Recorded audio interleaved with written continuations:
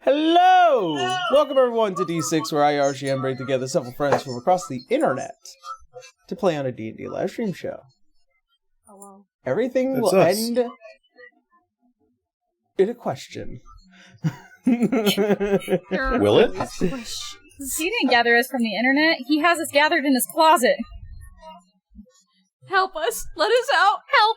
Hey, I think Stinks in here. I think I see R. Kelly in here. What? Yeah, I think R. Kelly's. I think R. Kelly's over there. Oh god. God! Oh god. Can you at least get R. Kelly out of the closet? He's scaring me. Out of the closet and into jail. Standing there menacingly. Sure. Prison. Hey, R. Kelly, back to the gulag with you. All right. Oh God, it's an amazing start for a session, you guys. An amazing You can really start. work on these. I really don't. These openings have no sponsors anymore. And we're reaching the final end of the second or the final third of our campaign. Who's gonna be like, yeah, $2 now? If I give you $2, will I count as a sponsor? No, you'll be counted as a donator. Damn it. Okay. So that being said, I need to apologize to all of you. Sorry, that took a while to click in. Because I have not been able to keep up with the recent podcast episodes. I've been extremely busy this past week and also last weekend due to a bunch of stuff needing to be edited, but hopefully I will try and get those sorted out before next Saturday, as I'll just probably do what is like a giant podcast episode bomb in hopes that we might be able to catch up. But yeah, much apologies to that. Once again, also, we've been having a lot of trouble trying to get our Twitch stream working. I've been just getting the episodes up onto YouTube for the time being, and until such time that I can figure out what the hell is going on with either my encoder or with Twitch or the channel itself, it's just going to be on standby for the time being. I'll try and see about it again tonight, but no promises. Whew. All right, and I think that's pretty much it. Is that? Yep. Yeah. All right. I think we shall get into tonight's episode of D6. Let us commence forth. Yeah. I'm gonna keep it low for a minute. So,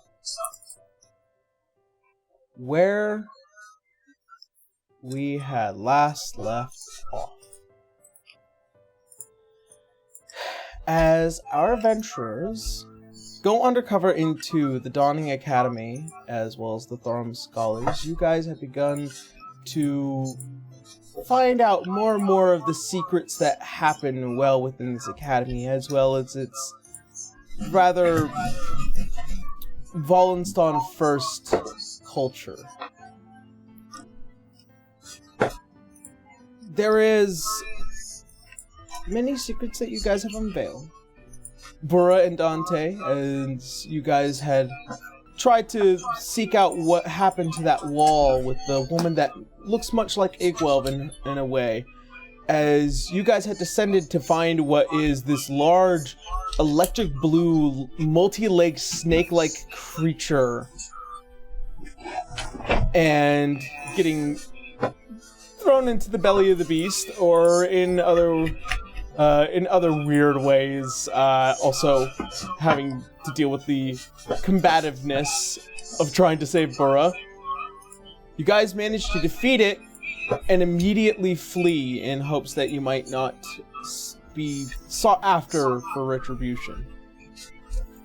After finally getting the heat off of you guys and finishing up your classes and a short meeting with Dagex and a highly tenseful one, you guys finally come to the culmination of reaching into the next section of your investigation, as the day had ended and the new one has began. And with such, I will be having you guys roll for your classes again. Here we go. Am I cursed again? Here we go again. I'm gonna start from across the table, and then we'll go across the table, so that way I know exactly what's going on.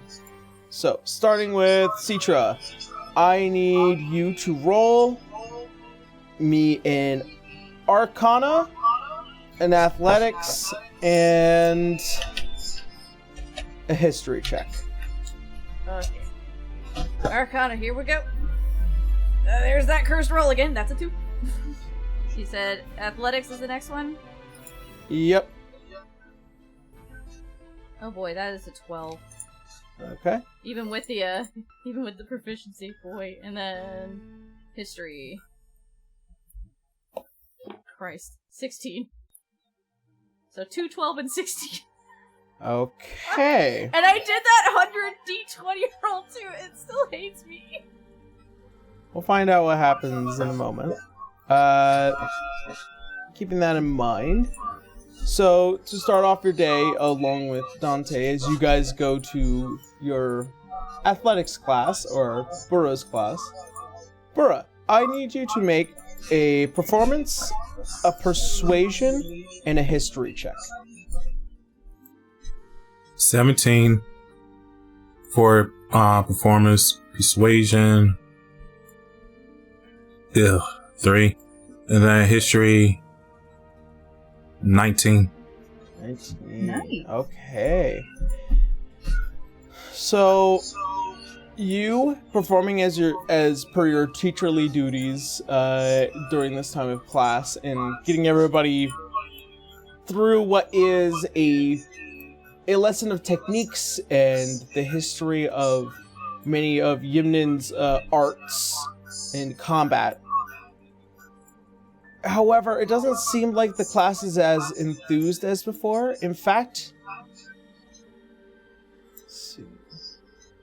Your passive insight, Bruh, would tell you that there is a level of tiredness with the rest of the students that Citra and Dante do not portray. It is strange to you, but you can tell that everyone's kind of a little more apathetic today, like low energy, a little dull-headed, and it's strange to you, but you can tell there's a difference. However, your history lesson of combat arts is flawless today. And as for you, Citra, your class with Bruh has gone relatively okay. You managed to keep up, and you're also learning a little bit more about Yimnin history, a little more than what your original master had taught you. But it comes off as genuine instructorship. And as for what would be your history check, will be for your last, or for your Arcana check, your magic class goes horribly. You're not able to keep up, and you can see that the teacher is just kind of pounding the entirety of the class with a lot more knowledge today than usual. And as per your history check, especially with botany class today, you learn a lot, to which we will get to with Leodan. Leodan, I need you to roll me. I need nature, history, and survival. History, nature, and survival. Alright. Nature check. 15. Alright. History. 16. And survival, 10. Okay. In your class, especially as Citra, you have taken to the notation of a lot of the outward history, like of Wallenstein, its natural flora and fauna, and the importance of keeping your eyes open for very rare types of herbs and whatnot. Given the general nature of Leodan, understanding nature as well as he does, he gives off this professional vibe that you would not see in most combat scenarios, but in a professional sense, it's very understanding. However, in trying to portray any of the survival methods to your students, side. Okay. That large Goliath who had dropped that pot earlier, as you were kind of showing them a lot of the tools of the trade, especially as survivalists, they accidentally cut their hands on one of the tools. And you can see as the Goliath is kind of just holding palm to palm, trying to keep it closed. Would Sisha just be able to cast a Cure Wounds for him? You could, if you want to. Yeah. It's just, I would say, natural for her to do so. Yeah. Yeah, so she just use a quick one. So just 4, just enough to be able to, like, cut it, stop it from bleeding on him and all that. Okay. And as you go up to this Goliath individual, let's see, as you just kind of just put your very small hands onto, what are these giant meaty palms? Why is she always in this situation with just super large creatures? Yeah, and you can see as that golden light begins to surround the wound and slowly close and heal it. And it's just like, oh. Whoa. Have it. Oh, that's very nice. Thank you. No problem. As you, Leodan, kind of just take pride in not just only a friend, but also a student being quick to help. Nice. Yeah. Alright. And last but not least, Dante. Mm-hmm. I need you to roll me a sleight of hand, a history, a sleight of hand, a history, and a athletics check. Athletics? Oh, fuck. Alright, that's 21 for sleight of hand, I was about to say. 8 for history, oh, athletics is gonna suck. No. And a 6 Damn for it. athletics. Just don't let it hear you say these things. It's listening. Alright, so first off, you suck first thing in the morning at Bruh's class, to the point that you have fallen on your face a couple of times in this training method, and you are more used to the bow than the blade aspect of your weapon, but it's trying to get a hold of it. As far as your alchemy class, you go through that with little to no problem, especially with the instruction of your classmate, in hopes that you don't overdo it. And it takes a very careful hand to do something like that. Quite luckily, you do happen to create what is a normal potion of healing. Noise. Oh! Ooh. Yeah. So I have that knowledge Really now? nice. It takes a lot of people to produce something like this, and also the materials are kind of like limited, but the fact that this is a prestigious school, the materials are very readily available. Easy. Okay. Damn. Yeah. But if you ever decide to go and find an alchemist that you are willing to discuss with and assist with, this will be knowledge that will be useful for them. Okay. And lastly, for history, as you take your extra planar class, just over the head, just there is this giant wheel. There's this giant wheel that makes up our universe, and there's the endless abyss that is space, and trying to get from one place to another is kind of very difficult. You need the proper magic for it. But yeah, this is beyond you. Yeah. Just like just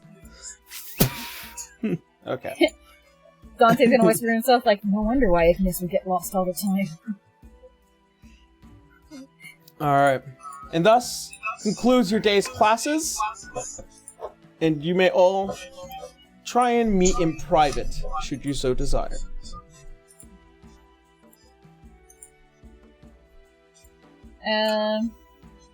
Ra's gonna yeah, look for in private. Ra's gonna look for the medic teacher. Dr. Saccone. Okay. Yes. I think the most part Suture would be making good on her promise to Bedham and Nora about helping them with their studies and us vice versa, but that's the only thing she probably has in her mind right now, aside from, I guess, passively looking to see if she sees a person with white hair and blue eyes. Study. Bruh will... He's looking for... Cone. What is Dante doing again? Well, since it doesn't seem like everyone's gonna meet up, You know he's joining Dante's us. gonna do some more investigating.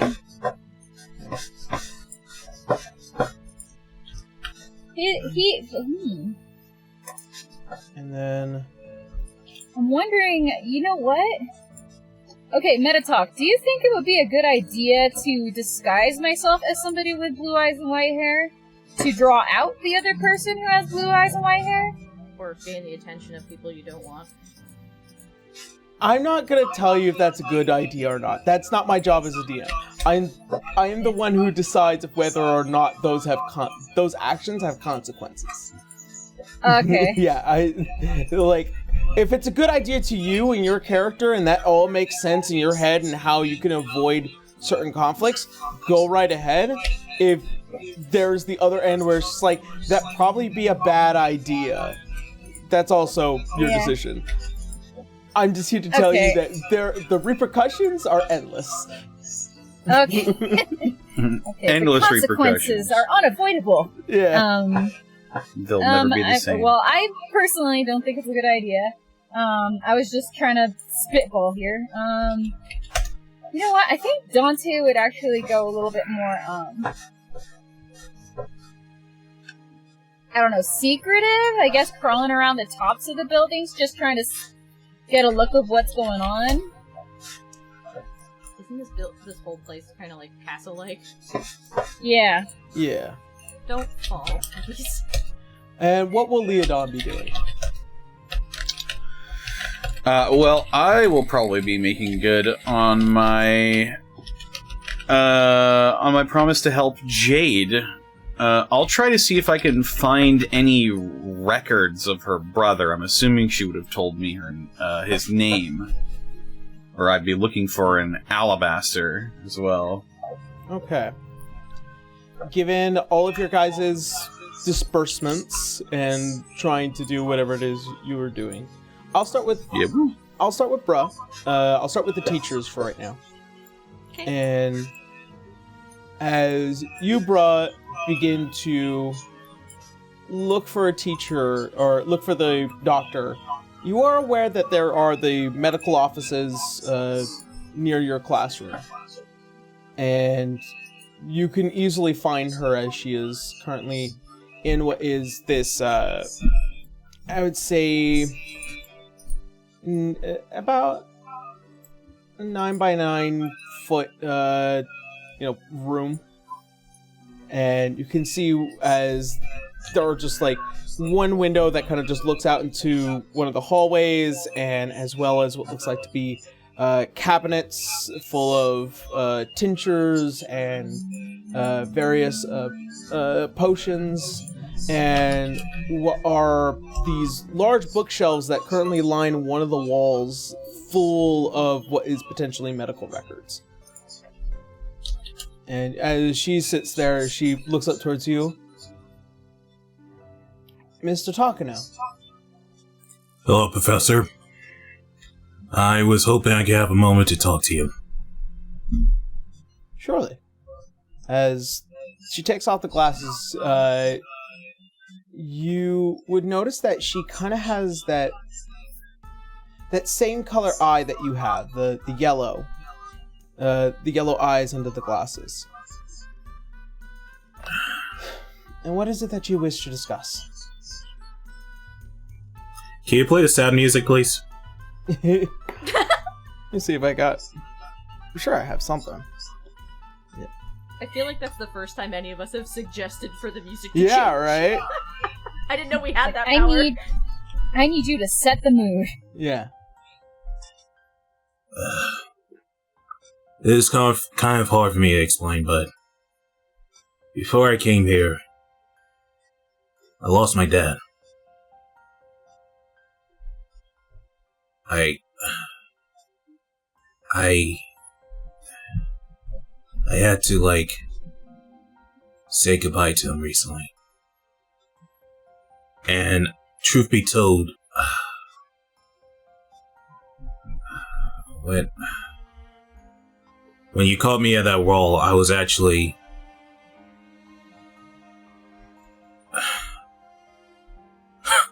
I'm sorry. No. I was actually breaking down that time. Breaking down. You see, Professor, I'm the type of person that puts up a front, but deep down, I still have a lot of things eating at me. I dealt with saying goodbye to my dad. I had to say goodbye to my brother. And when you caught me in that position, I put up a brave front because sometimes I'm just afraid to admit how I'm feeling. But I put up front because I just didn't want to admit that deep down inside, I'm still grieving, I guess. It still wasn't right for me to, give you that grief earlier, so I wanted to come and say sorry for that. As you show this moment of sincerity, I want you to make a persuasion check with advantage. Oh, With advantage. Okay.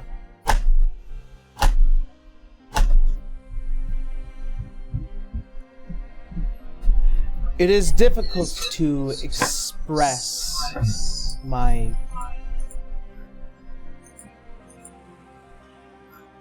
I very much understand what you are saying. And I appreciate you coming to tell me if it meant your attempt at apologizing.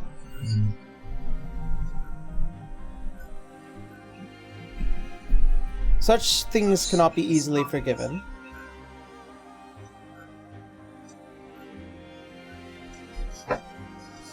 But I do thank you for trying.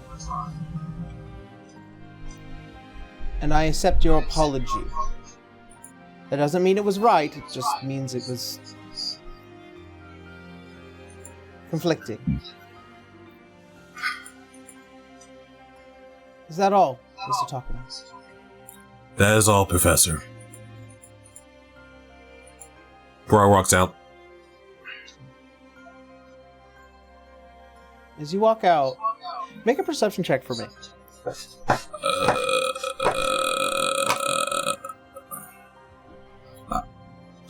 Shit rolls. Okay, 8. Okay. I'll take your passive then. Should be fine. Mm-hmm. On your way out,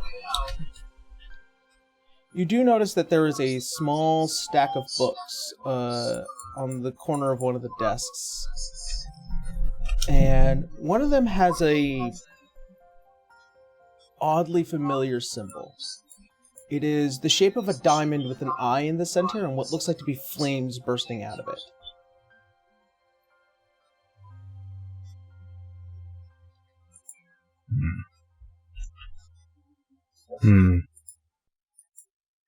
Excuse me, Professor. Yes, Mr. What Hoffman? do you know about this book? The symbol reminds me of something. As she gets up and she grabs the book. This was an older life. One that, whilst I don't look back on it fondly, it was a time in which I had a few good memories. Like? The people I met, the things we were aiming to do, our leader, the man we put a lot of our faith into, was soft-worded but strong in conviction, kind, but always deep down there was some abandonment, something that he was willing to get rid of, just cut out another piece of.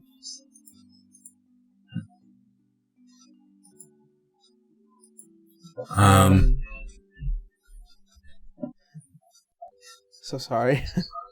Now, history check for the symbol, if you don't mind. Sure. 18. Okay. This is the symbol of a old organization. Due to your family and being well taught and also being kind of closely connected with the information flow that happens within Yimnin at the time, it is a defunct organization known as the Luxon Initiative. And these were individuals, as far as people knew, were alchemists, scholars, mages, people who were trying to advance this world society to the next stage. Their leader, not well known, but his name is often unspoken for certain reasons. And it became defunct about a couple of years ago. And no one has heard from the Luxon Initiative since, but their mark can be felt everywhere.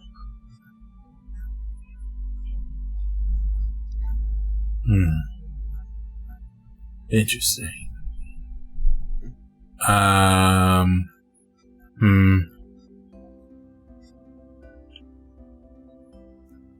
Interesting. It is quite interesting. My purview, especially within the Luxon Initiative, was to determine if the union between two different races can create the next stronger evolution. So, it was research into, much like individuals yourself, half-orcs, tieflings, half-elves. to see what benefits that they could possibly provide and what might be extracted through those unions.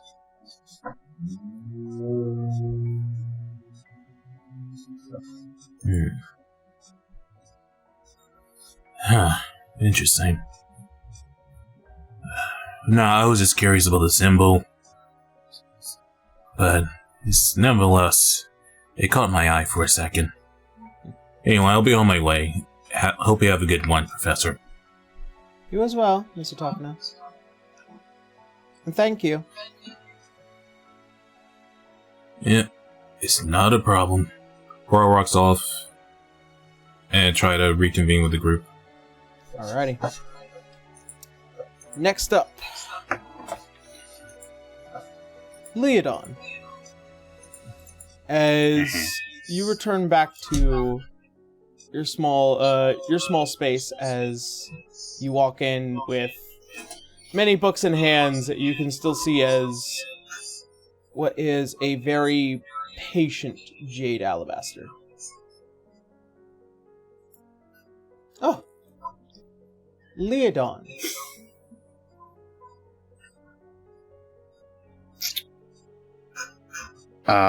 Yes. What are you doing here? Decided to stick around for a little while. Was very much interested in what else you might be hiding. Well, I've told you pretty much all I'm going to tell you.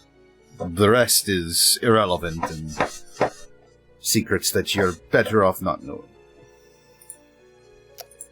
Which is fair. However, this only works if we do know each other well enough.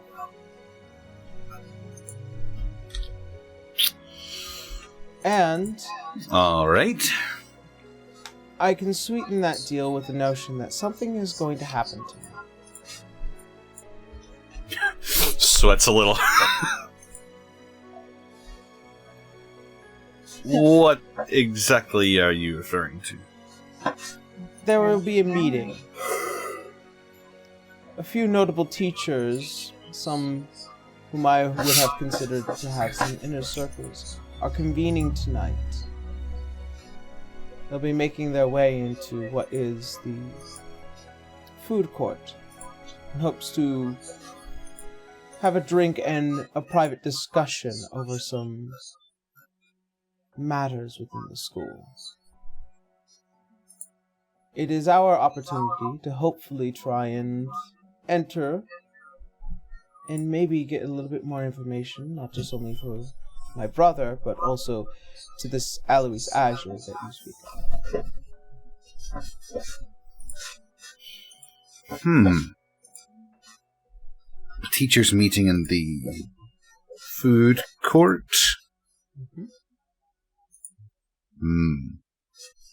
Had I heard anything about this beforehand? Nope. Nobody was telling me. Is this meant for teachers with a bit more tenure, or? As far as I know, anyone that I'd imagine is important will be attending. The general will be there. I know the headmistress for the Department of Extra Realm will be there, as well as Professor Montgomery.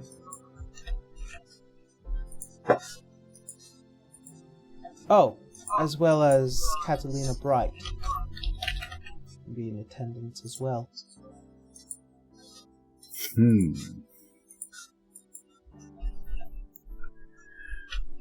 So, it's not really an invite-only sort of event, then? Whatever may have happened yesterday must have shaken them, and now they wish to discuss things in private. It took a little while just to keep an eye on them. But one of them finally cracked.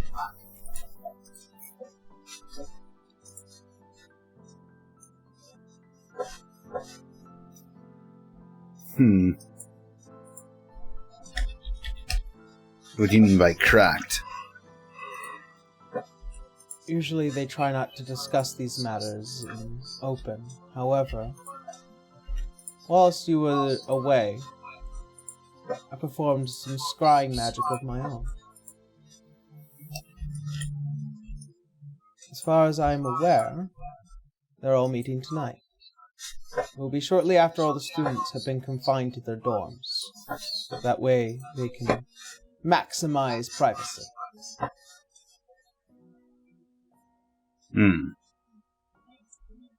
I see. And we'll be listening in from the shadows, then? I am not so easy to hide. But given your rather... So I'll be listening in from the shadows. I'm glad you picked up on that so quickly. Well, I'll see what I can do. In the meantime, I think I'll remain here. I like the security of your own place. Well, suit yourself.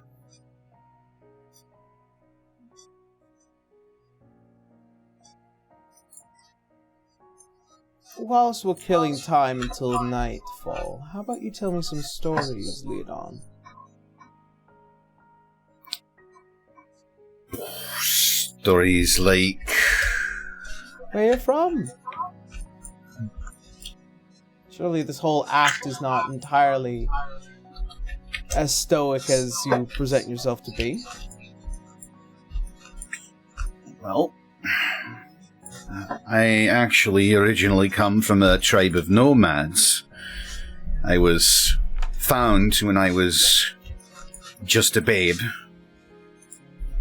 And they scooped me up, raised me like one of their own.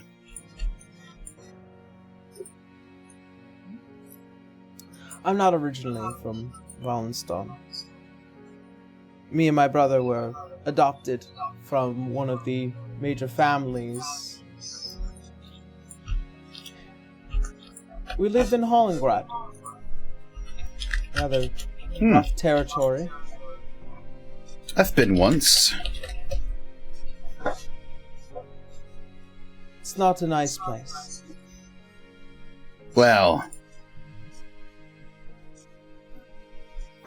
it's rough, sure, but the people there, they've got a rugged assuredness about them that I find endearing. I suppose for many of those who live in the daylight there would see that. She begins to laugh. Leodan, make an insight check. Insighting. Insight. That's a 12. Okay. In this scenario, you can tell she is slowly opening up to you. And talking about where you're originally from is a general good path to opening up that conversation. Alrighty. Yeah, I would pretty much just tell her about my misadventures growing up amongst my tribe of nomads. Alrighty. And as the rest of the day goes through that, we will now jump to Dante.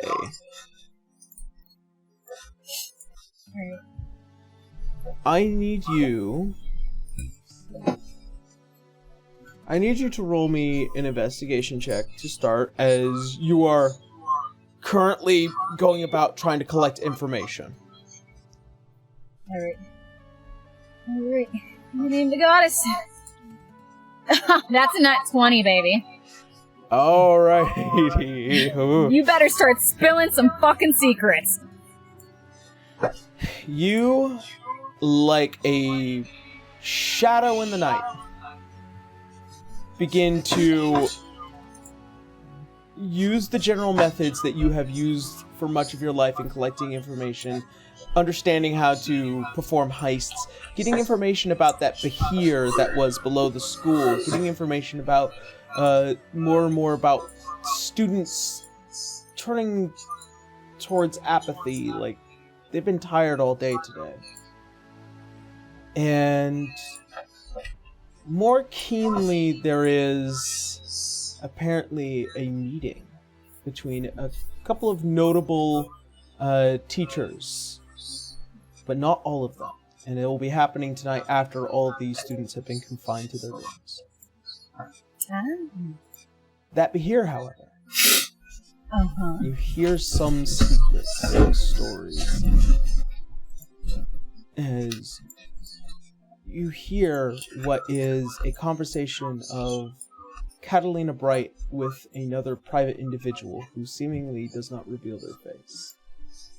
As you can kind of hear there's a level of distress coming from the woman.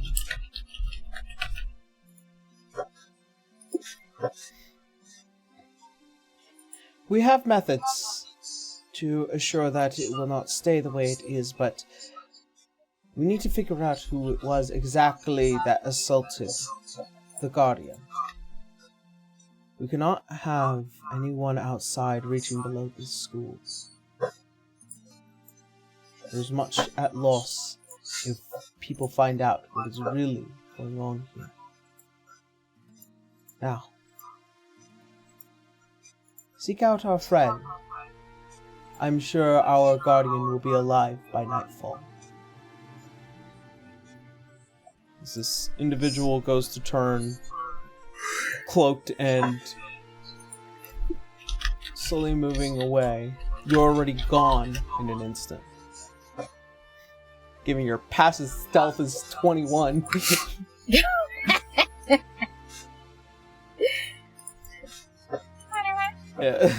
The only one that could ever find you really is probably Leodan. Always Leodan. All-seeing eyes. Yeah.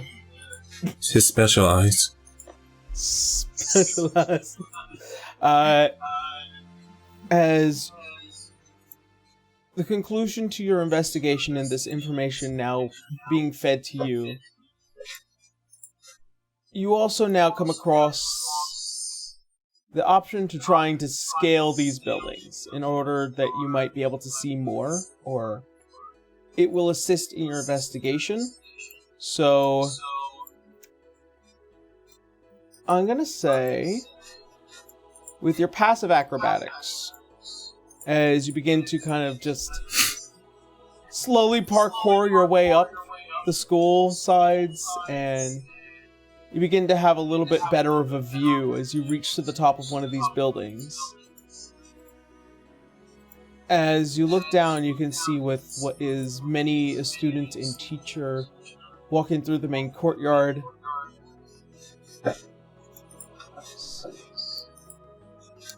I need you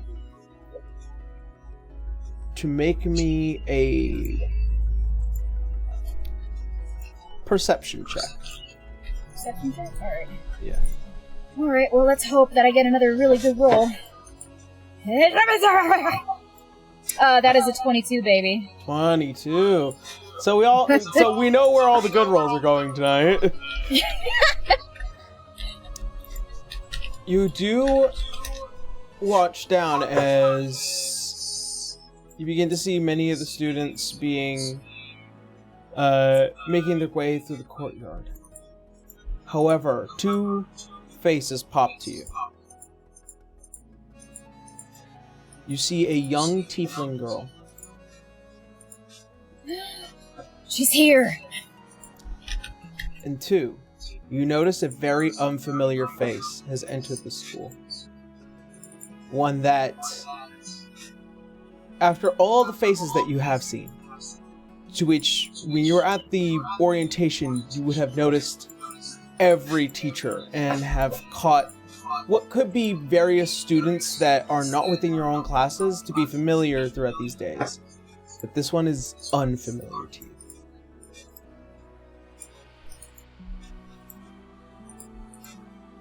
Huh.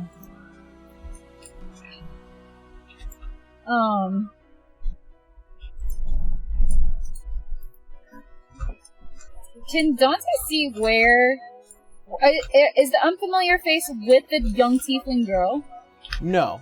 They're going two separate paths. This unfamiliar face, as far as you need to understand, is this rather burly-looking orcish man who is wearing what looks like to be a lab coat and as well as just these pulled back blackened dreads that just go on down to the way lower back of them.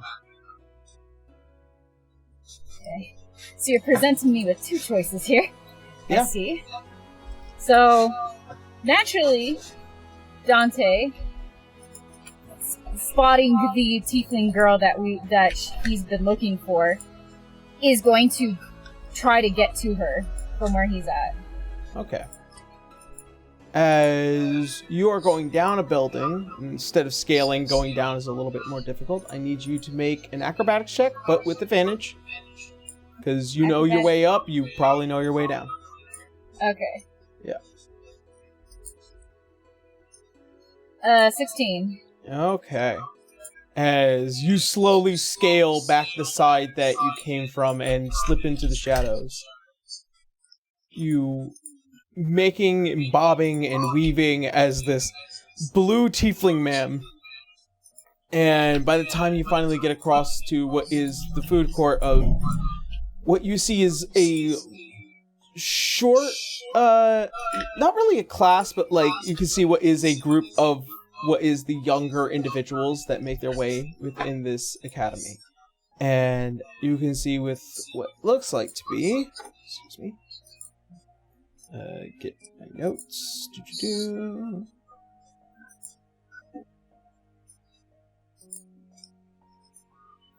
Let's see. What looks like to be a young-looking human female with what is short blonde hair, the squared spectacles, and the general teacher's outfit for combat arts and physical training.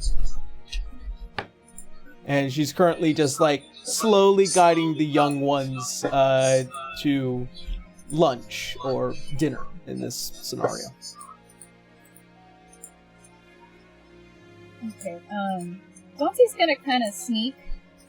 Like, he's gonna try to get just the tiefling girl's attention to just walk over really quickly. Make a persuasion check. Weewa! 25. 25. I'm gonna see if they see you.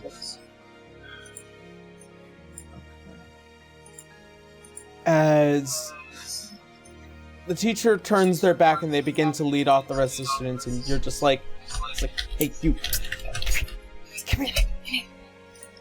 And you can see with this young tiefling girl as she slowly breaks off from the rest of the class. And it's like, you're one of the older students, aren't you? Yeah, I'm one of the older students, but I'm actually, somebody you haven't seen for a while, so, how are you feeling? You're How weird. How is your sickness going? I'm feeling good. I feel better. How? School took care of me. They took care of you. So that means they already had your draft made?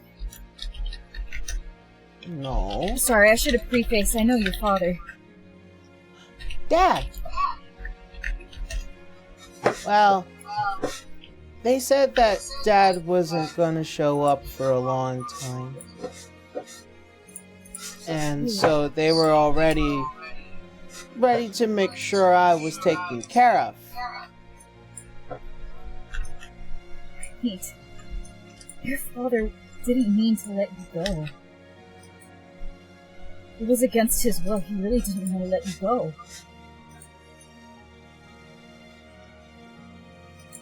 As she's looking up at you. You're weird. Well, here, just in case, just take this. And he's gonna give the draft to her. Like, ooh, pretty. As she takes it. It looks like what I used to take. wait, it's not the same? I took this when I was at home with Dad. Wait, what are they giving you now? It looked like more purple. Purple? Mm-hmm. Hey, can you do me a favor and just drink this one now? As you see, just like, it pops open and just like, she takes a sip. And it's like, ugh. Ugh. I hate cherry. Oh, that's very nice that Helen made it cherry flavored, or at least tried to flavor it. It's like medicine cherry, let's be honest. Okay, how is she reacting now? You can tell that there is not a massive change, but it does look like the skin becomes a little bit more redder. Redder? Yeah. So better? Yeah, a little bit more vibrant. Okay. Alright. So I'm gonna ask a major favor of you. Do the adults who give you the purple drink, do they watch you take it? Yes. Okay. When is the next time you're supposed to take it?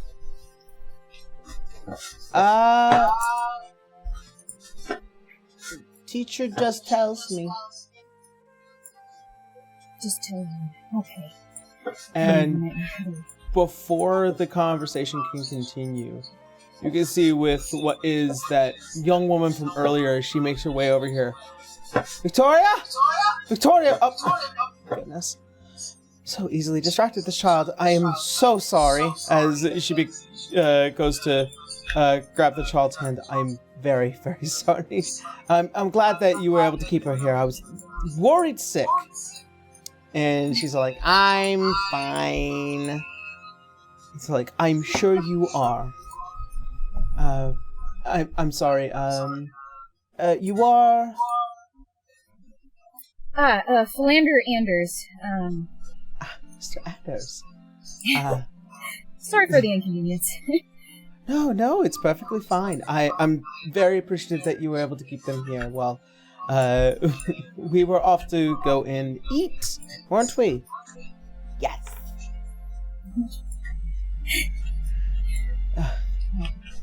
Well, thank you, Mr. Anders.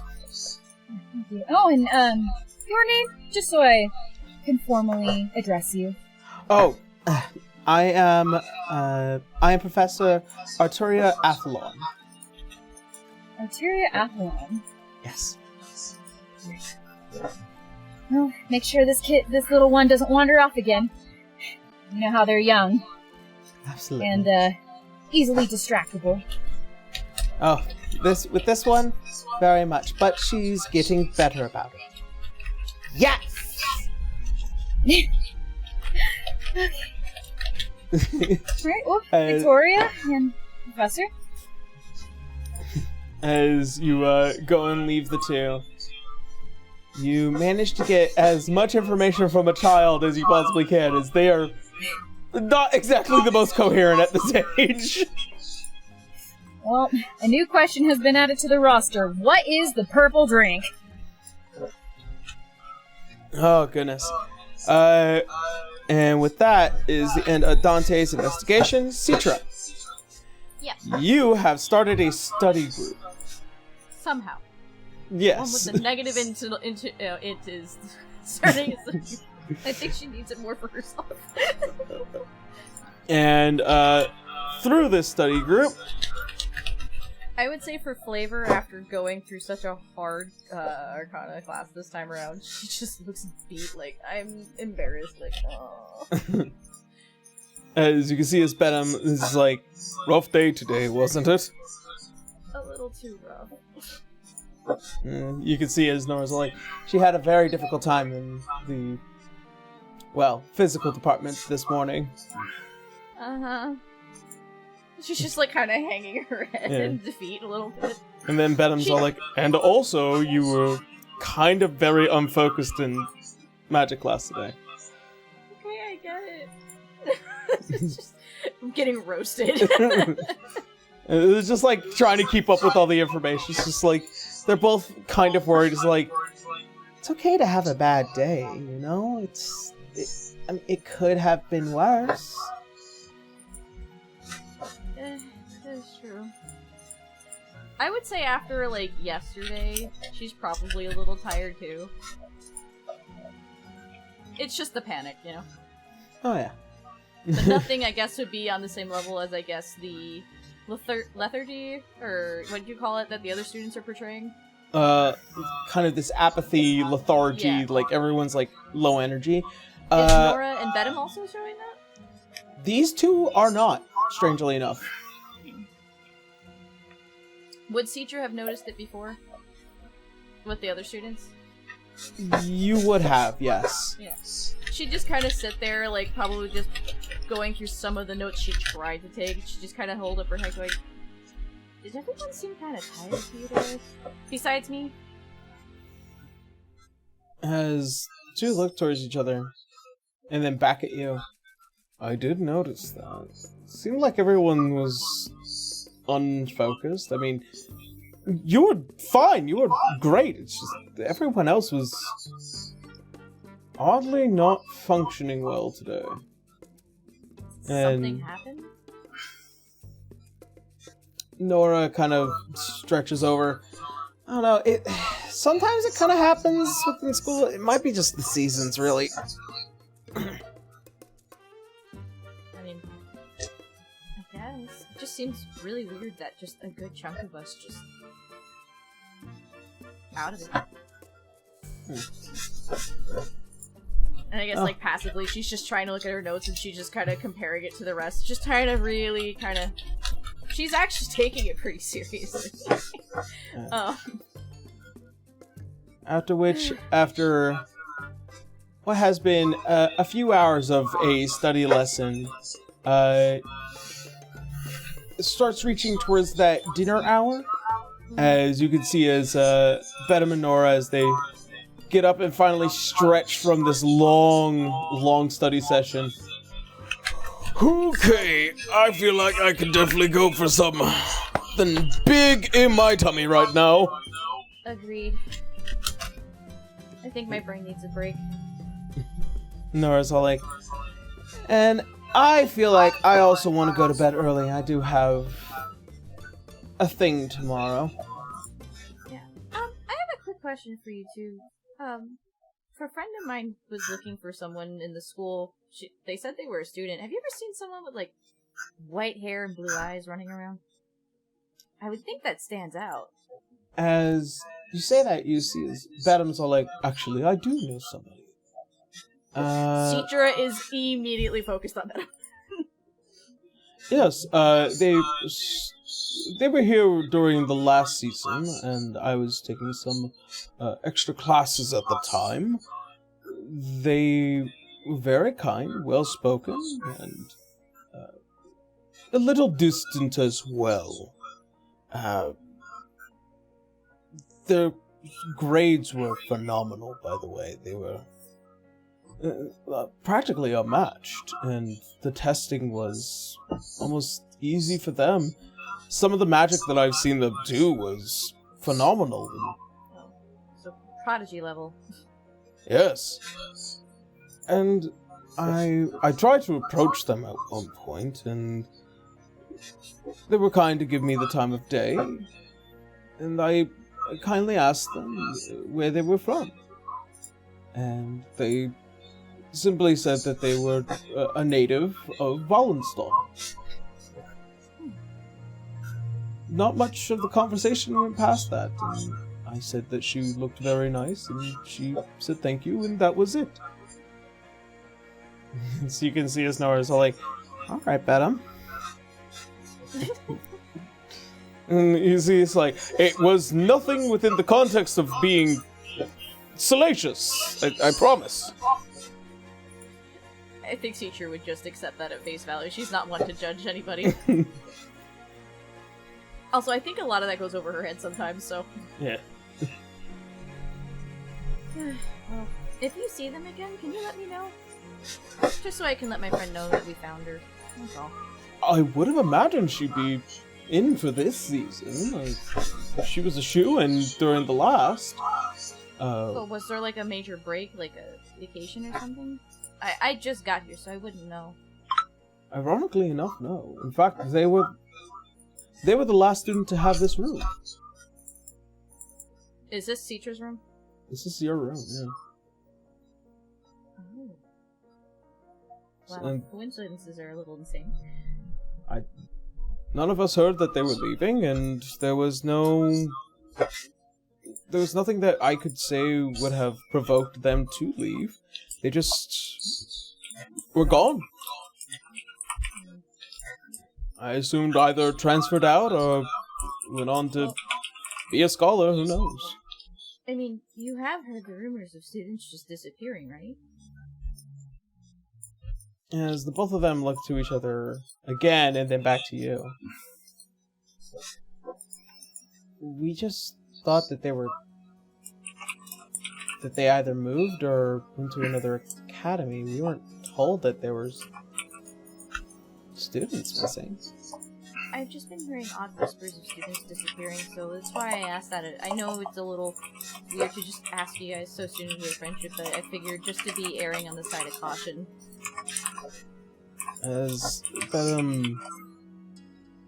Well, this is quite a prestigious school, and I don't imagine if they're just disappearing. There's a logical explanation for everything. I'm not saying the school's not prestigious, but like, you know, God's forbid something or someone got into the school under, you know, these teachers' noses and something bad was happening. Lots of things can happen. Also, to correct you from when you met me, Zanzibar is not a place that you would go to a school. It's really hard to find it. You're thinking more of Baccarat. Or not Baccarat. Was it Baccarat? The main capital? Yeah. Okay, yeah. Sorry, I was almost thinking of Alernon stuff and went, no, wait. And you can see as Bedham laughs, oh, I know very few towns within Celsium, but I've always been interested in Zanzibar. Well, a name that sounds magical. It kind of is, if you think about it. Unless you really know someone from there or was born there, you're not gonna find it. And as you say that, Nora's like, how do you know that? I was raised in the Celsium. For a little bit. Fair enough. Inside sweat for a second there. She's like, she remembers that it did say that she was raised in a Celsium, but she's like, how much is that supposed to be? How much of that is common knowledge? Yeah. I mean, I would say that the idea that Zanzibar exists but people generally don't find it is a general truth in the Celsium. Yeah. I mean, if you ever want to ask, I'm here. Perhaps another time. Food first! Yes! Absolutely. Hunger! As the three of you go out and get your meals for the night, things quickly culminate. As the clock ticks away and night begins to take hold of this place. You all have one last opportunity to try and convene with each other. Oh, absolutely. Yep. All right. I'm assuming I don't know, how to... Whoever finds whoever first, and we just kind of have to, like, scope out a place that's probably not going to be found by Lockerell again. Up to you guys. Where will you meet? I think Leo or Citra should decide. Would we even dare the music room again? I mean, that guy seems like he can just pop up out of nowhere, kind of like Mephistopheles can, so it's like, is it truly compromised, or... Yeah, I think wherever we're gonna meet is I would say not sacred. I would say Dante would probably be able to find a hidey hole somewhere. What do you think, Jade? Alright, bathroom meeting, everyone. Yep. Yeah, that or Leo's forever Everyone perception. commune in the girls' bathroom. Ugh. Oh, God. Get one of those extra large stalls. Just all of us crammed into a stall. So, do you all carefully try and make your way into a local Not a girls' bathroom? No, No, definitely not. No. That was not a real suggestion. I needed to be sure, because, like, that was the one that was said most confidently. Because we were joking, Aaron. No, even better idea. Janitor's closet. No, don't give Secret more claustrophobia. Could we all try to see if we can scope out a scene like a Can Bruh reserve, like, the combat room? It is your classroom. You're allowed to do with it as you wish. Then I guess we'll use that. We could use that then. Okay. If that is a place all of you want to convene at. Yeah, let's do that. Mm-hmm. Alright. As all of you quickly move your way to Bruh's combat classroom as you guys enter, it is well and isolated. It doesn't like give off this vibe of like either secrecy or a vibe of like flamboyant. It's just a good place because it's just anywhere anyone can pass by and not think much of it if you're talking to a teacher in their class. Yeah. But I think Suture would be like, we should probably talk in hushed tones, so. Alright. So I think I might have found a lead on White Hair, Blue Eyes. Like, a big one. You're not gonna believe this. Oh, yeah? Our room was their room. Calliope was talking with them. Apparently they gave off like this prodigy student and all that. Aced everything. You know how they are. It makes sense. And then apparently they just vanished after that. But they all assumed that they just might have moved on to another academy or something. But that means Calliope knows them. She's just not saying names out loud.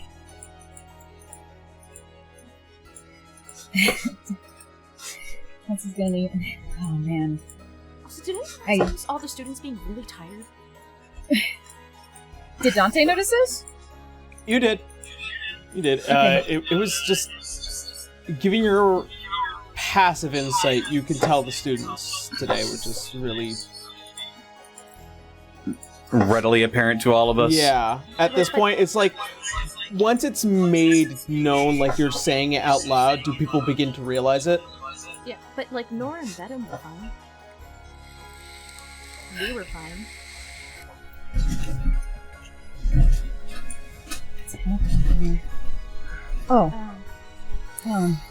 So I made some major breakthroughs this time around. With So, I overheard some whispers, that there's going to be a meeting tonight of some kind.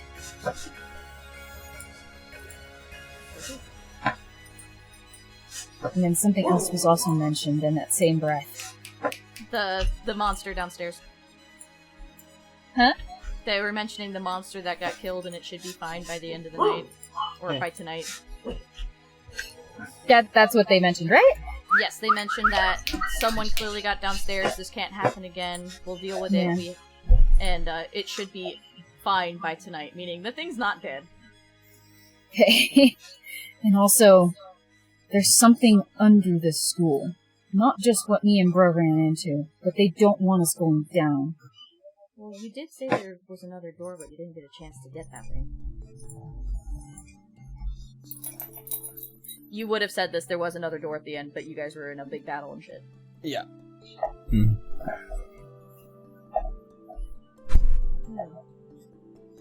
I mean, are you Sorry, can you repeat that for me one more time? Repeat which, what? Oh, that there was you would have said that and saw that there was another door beyond where the monster was, but you never got a chance to get to it because you guys were in a battle and needed to leave very quickly. Yeah. Yeah. So I'm guessing whatever that thing was, it's protecting that door. And I'm guessing that door goes even farther down. So you're telling me the thing's alive again?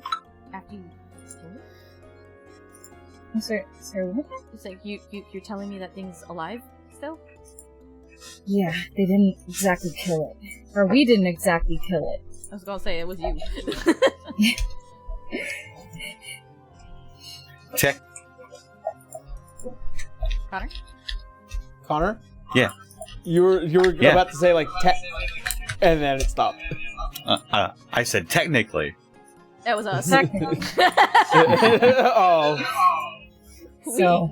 We Jaegered Dante. That's not it. There's more. But I'm not done yet. So I found Victoria, the little tiefling girl, and they've been giving her a different kind of draft. Is she okay?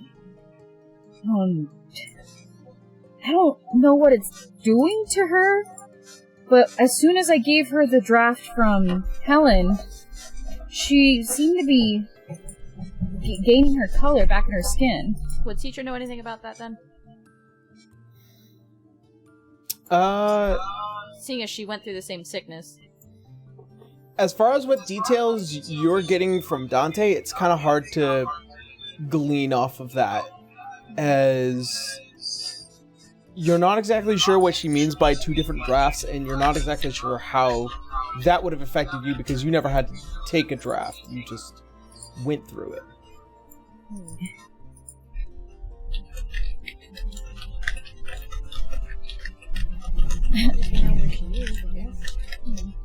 Also, we have somebody new in the school.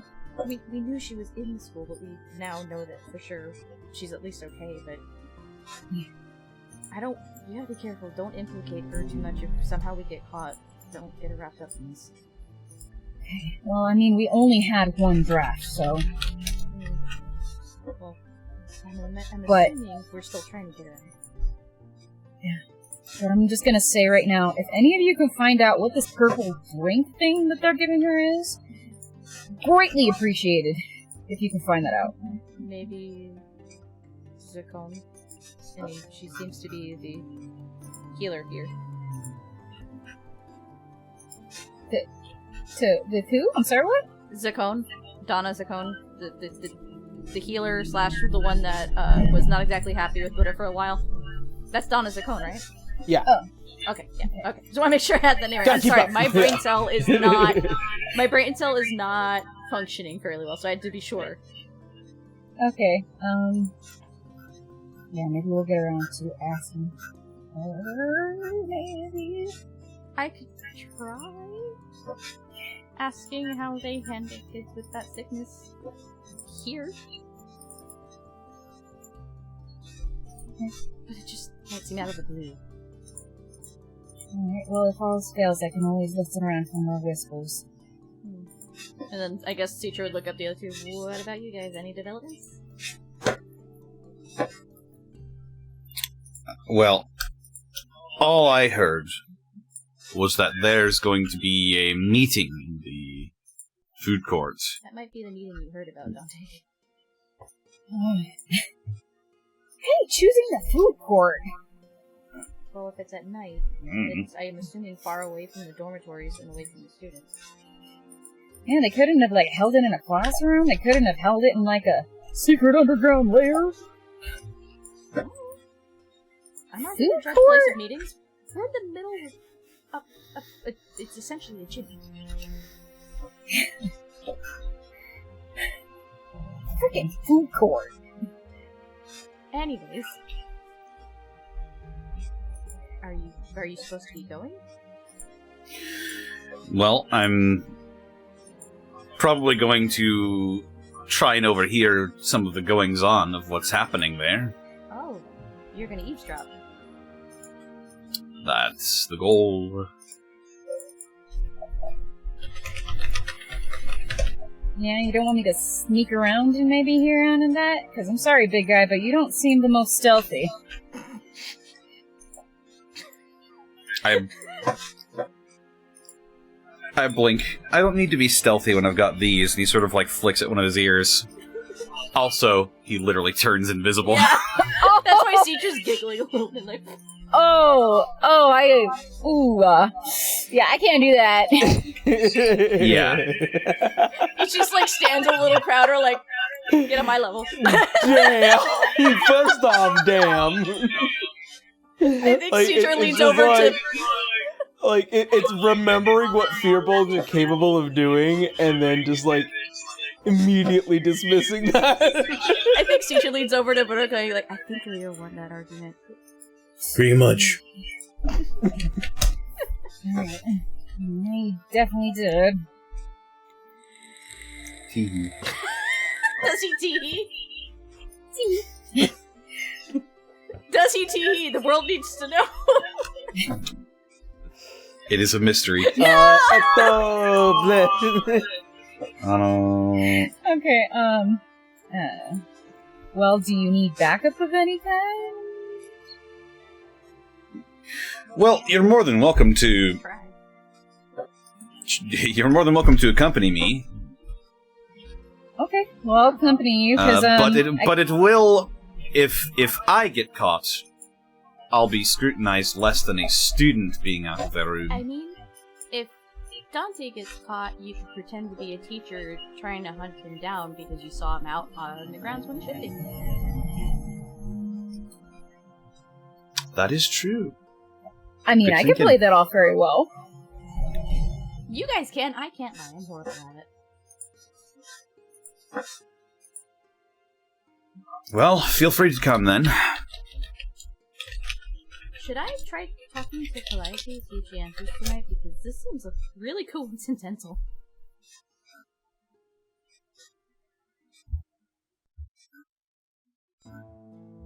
And she's technically asking Leo since he's the leader here, and we're trying to be cautious of how many people we're kind of bringing into this. I mean, if that's them, then Calliope knew Azure. I think Calliope said that they didn't say their names, but they were investigating missing students. That is correct. There's so many variables. I mean, Sure, you can inform them, but I think the less people we have in this particular instance, the better, the greater chance of success we'll have. oh, how did your meeting with Zacone go? And she's looking up at Buddha. I hope things are a little better. Yeah, they're better. I knew you had it in you. Yeah, thanks. So what's the next move then?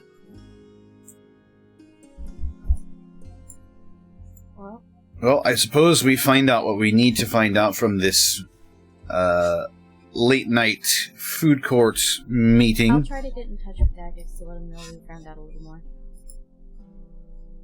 At least with the whole white hair, blue eyes thing.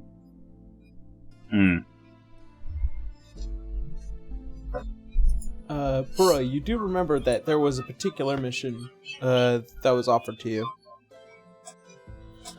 No, I know that I remember the apology. The apology, that was the first thing he did, but I'm trying. What was the other thing? I'm trying to remember.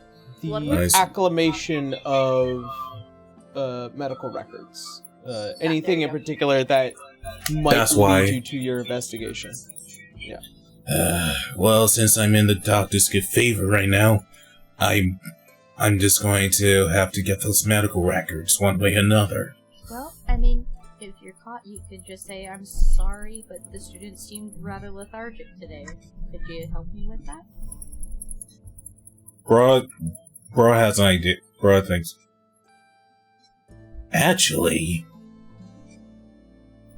you have my class tomorrow, don't you? Yes, every day. Why? If you're gonna include me in a plan, you need to tell me why. I'm including you in the plan. Okay, you're pausing and she's like, I need to know, please. My anxiety can't take this. I'm including you in the plan. Okay, what's the plan? Let's see. I am going to hit you. I'm going to have to, like, I may have to, like, really, really hurt you in tomorrow's lessons. So much so that the doctor will have to take a look at you. Won't she get mad at me for that? I mean, you try, but remember... If we make it like an accident, I'm sure she won't be too mad. Okay, give it a shot. That, or I can make you do a shit ton of push-ups, like I usually do. I think I'd rather pretend being hurt at this point. I mean, the push-ups are still on the table, Cirta. She's gonna have nightmares of push-ups well after this whole mission, I'm telling you right now! Alright then, then we're gonna fake an injury tomorrow. I mean, you don't have to, you could probably hit me pretty hard. I'll be Is either that or the push-ups, Cirta. I think you could hit me pretty hard. Yeah, but again, I'm on thin ice with that teacher, so I'd rather, like... I could just say it was my fault. Like, I wasn't paying attention. I love that this is the conversation of how badly do I need to hurt you to convince Or like, an how injury? badly can I tell you that I don't want to do push-ups? I mean, yeah, I could, She's but just again, gonna tell me that's... to go sit down if I'm just tired. No, does that make you barf? There was one time in Yemen, I fought my brother did so many push-ups that he threw up. Seacher looks horrified. She's like, please just hit me. Alright, hitting you it is! Please just hit me. I'm gonna give you a keyword. Words tonight. I'm gonna give you a keyword during it, so you better prepare yourself. You need to tell me the keyword. Shabingus. You really want Shabingus to work? Dodge. Again? That's pretty much. I mean, It yeah. would make Actually, if I tell you to dodge, then she can't get angry at me because I told you to dodge. You're So right. there you go. You're right. So there we go. Win-win. So we're gonna fake an injury. I'm going to get those records while she's taking a look at you. One thing though, do not draw blood. Why would I draw blood, Cirta? I'm just saying that my blood's still a problem if people have their hands on it somehow, so just, yeah. I watched the mere guy cut someone really bad last time, so that's what I'm saying. I'm not going to draw blood, Cirta. If anything, I'm probably going to grab like a ball and hit you really hard. I will All try right. my best to not just reflexively deflect missiles. I can see no earthly way this could go wrong. I mean, you're right there, Leo. You could say something. It's going to go horribly wrong. This is a team up We I will did not find expect. out. We will find out later as you guys have made your solid plans for tonight and tomorrow morning. We're gonna take a quick 10-minute break and then be back to see how well that meeting will go and how well injuring Citra will go. See you Also all in 10 colliding. minutes. Incredible. Yeah. Knowing my luck, I'm probably going to miss the throw several Only times. one who has had luck today is Dante. Yeah. Anyways, 10 Pretty minutes. much. See you all in 10. Bye. 10 Yep, minutes, yep. bye!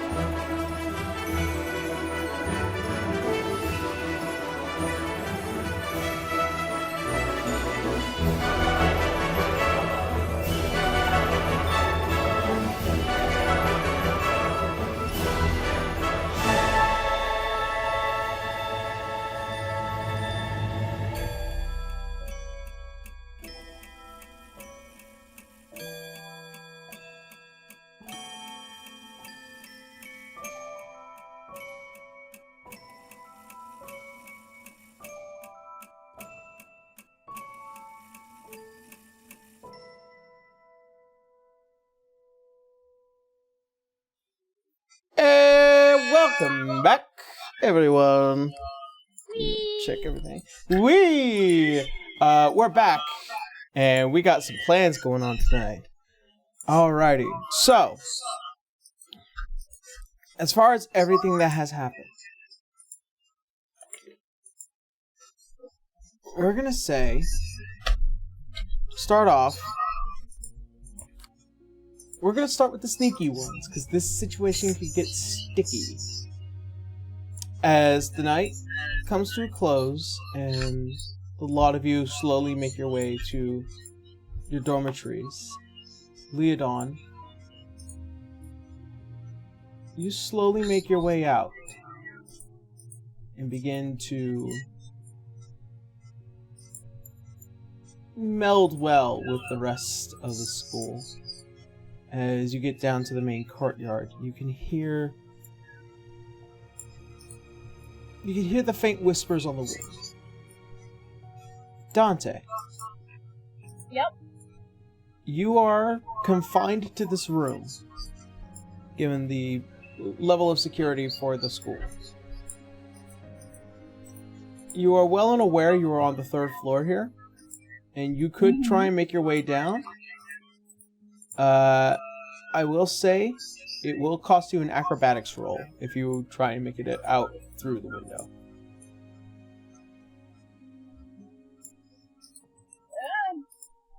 Alright, go for it. Or you could use your cape, either way, if you just don't want to use the charge for the cape, or if you just want to... I don't want to use the charge for the cape. Okay. Okay, well, here goes nothing. Yep. 12. Yuck. Well, there was a tree that was close, right? There was. We're about to see, though. La la la.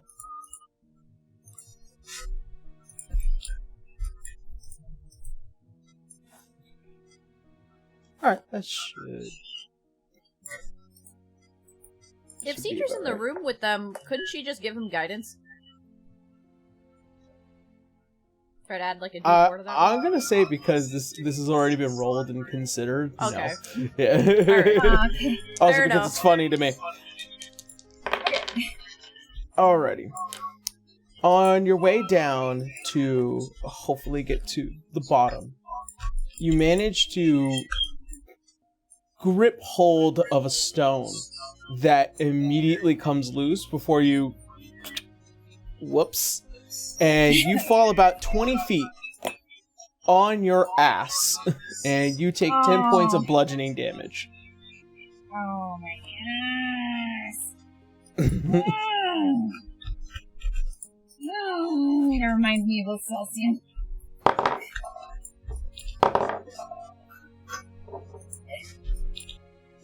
As you're just like... You begin to hear footsteps coming your general direction. Shit. Alright, Alright, it's time to blend in with the grass, maybe? Or the bushes. Is there a bush that I fell into, or grass? This is a small grass patch. There are plenty of trees around that will lead into that main area towards the food court. Okay, Dante is going. Shit.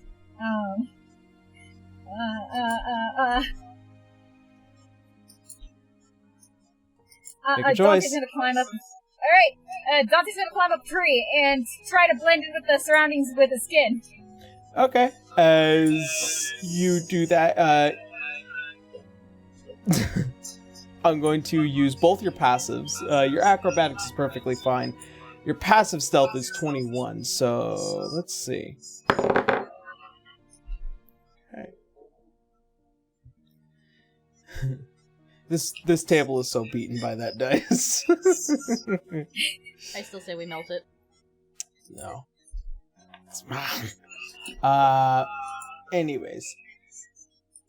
as you climb up the tree and you begin to kind of just meld with the environment. You begin to see with what looks like to be 2 Verdant guardsmen as they make a pass over here, as they're all like, I swear to God, I heard something. And the other ones are like, it's alright, Jeffrey, listen, we all make mistakes, but, you know, this is our post. We're supposed to, you know, make our rounds around here. Make sure none of the students are out, and you thought that there was. I feel like today has just been absolutely terrible. And the other ones are like, yeah, I can see that. And they meander off into the rest of their conversation.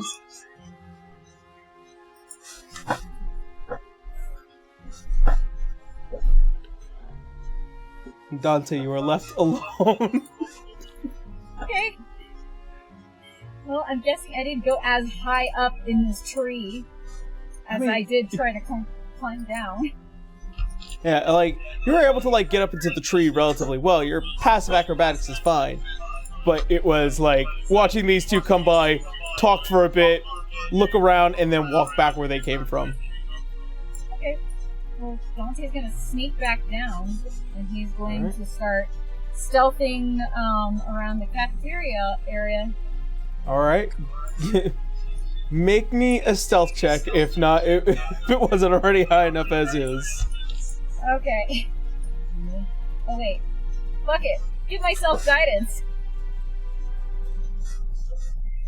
As Dante touches himself. I can't let that happen again. Yeah. Alright. Okay, so he's going to do stealth. That's a 19. We're just gonna throw another D4 on top of that. Fuck it. 1. So that's gonna be a dirty 20. Okay. I mean, its passive is 21, so I was hoping for something higher, but it's fine. As you move through and begin to head to the food court area, as you enter, you can see with what is a small group of teachers beginning to culminate, kind of take things from what is that main center area where the food is distributed, and you see as all of them begin to sit down and have a long-form discussion that we will get into in a moment. As you, Leodan, as you begin to get closer towards this area, make me, or do whatever it is you think will be right in this scenario. So, I see people congregating in the food court, correct? Correct. What are the surroundings of the food court like? It is multi-tiered by design. There's that giant open arena that was for the students to do their combat stuff, and then it leads to stairs, which is like this kind of upper area where a lot of the students hang out, where there are tables and various others, and it kind of leads into the second upper area that's split between a staircase. And then there is a third area where you can see with what looks like to be several areas for student unions and certain classes that do their extracurriculars here. And then this fourth area, which leads to its final 4th tier, is this giant open food court area that just goes on all the way up until one of the major dormitory entrances, and then the secondary dormitory entrances. Okay, so are there any natural-looking floors or walls around here? I mean, there's plenty of greenery that's just grown here, so there are plenty of like small trees, bushes, and various flora that has been kind of planted and made here. The rest Excellent. is stonework. If there's any, like, potted plants with soil in them, Leo's going to take a scoop of soil out from one of the plants. He's going to then like roll up his sleeves and begin rubbing the soil onto his whole body. He rubs it onto his face. He makes sure to take off his like teacher's outfit before this as well. He's going to rub it onto his face, and then he's going to make sure he's within. He's going to make sure he's within earshot of the cafeteria, and he's going to press himself against the wall, close his eyes, and keep his ears out. I'm going to use my hide in plain sight ability. Oh, okay. What is the benefits of hide in plain sight? As long as I do not move, I gain a plus 10 to all of my stealth rolls. Okay. Then let me get a stealth check from you.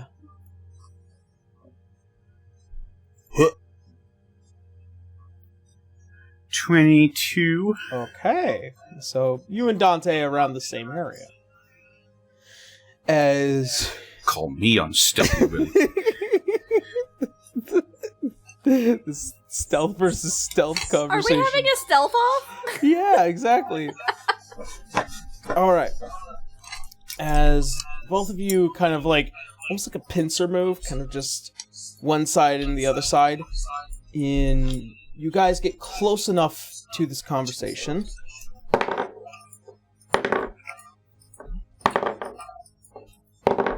My fucking god.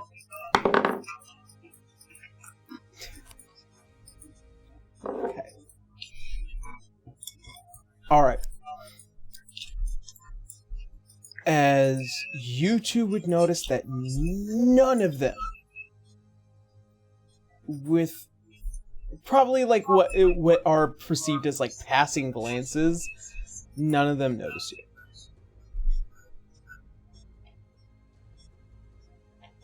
As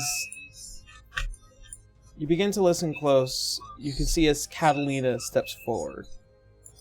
Excuse me as I change the music.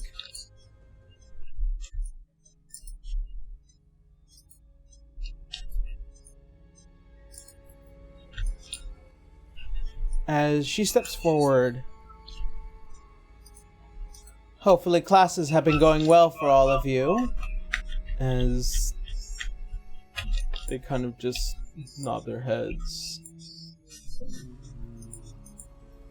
Our mutual benefactor has found our little guardian beneath the school, killed and dead. Could it possibly be any of you that might have done that, General?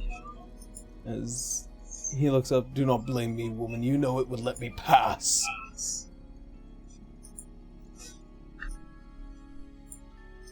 As one of the other teachers, the one that kind of looks like Igwell. Much apologies, but this small little private affair is beginning to become dull. What is it that we were exactly called here for, aside from a dead Behir? And you see the reveal of a headmaster of the school. It is of great concern, at least to me, that is something that is supposed to be protecting what it is that is beneath the school, found dead.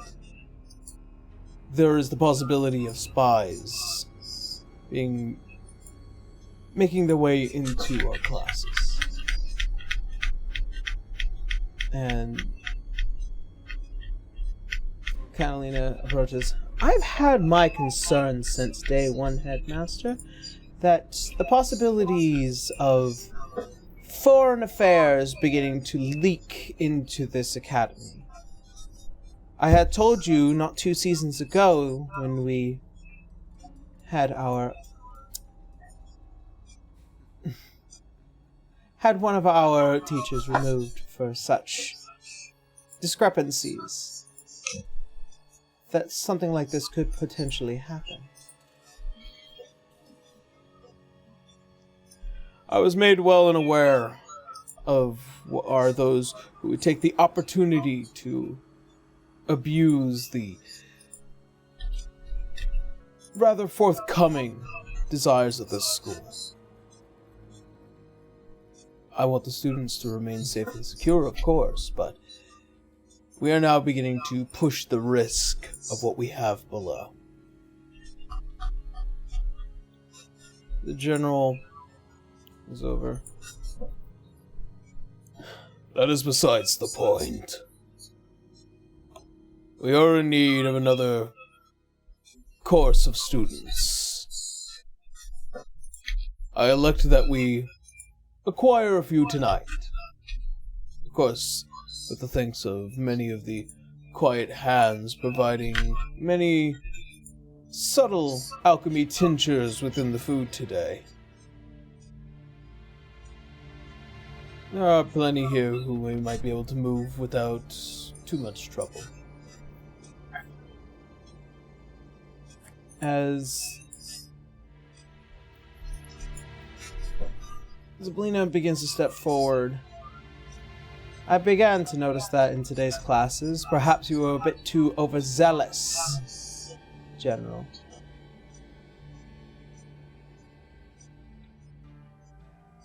There are plenty of students that show promise.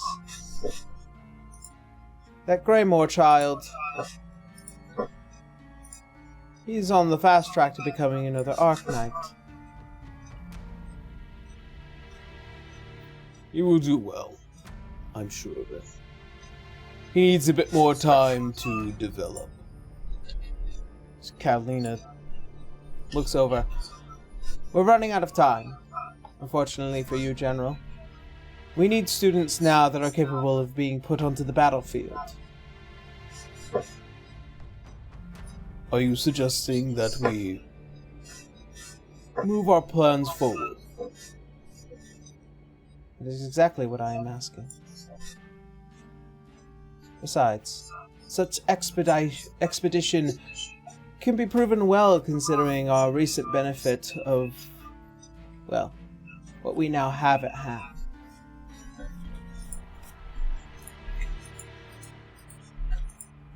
As Zelina steps over, we must be careful. Using any form of dragon blood can be unhelpful if used in such a high quantity.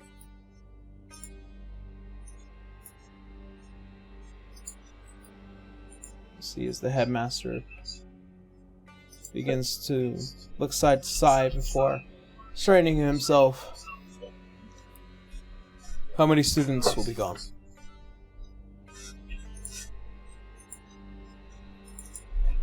As the general leans back, we'll do 5 today. We'll worry about the rest later. And what of our unfortunate Behir guardian? As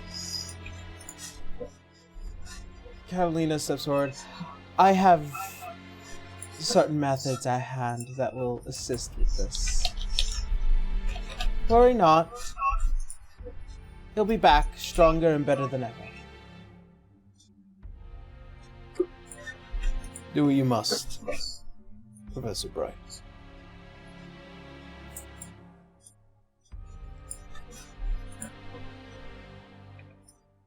As the headmaster begins to slowly walk away,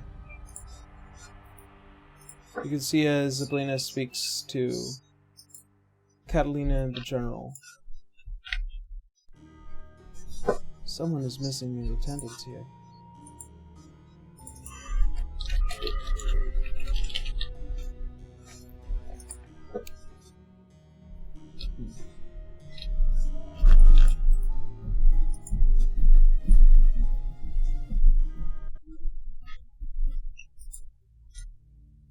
Please excuse me. I don't think I can hear anything. We're muted. Oh, okay. So sorry. We were listening. We didn't know like when to speak or not. Oh no, like the music stopped playing for me. It's fine now. Ah. Somebody is missing in attendance here.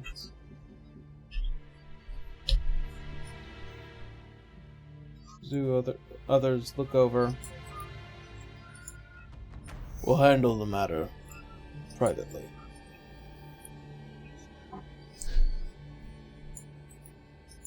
However,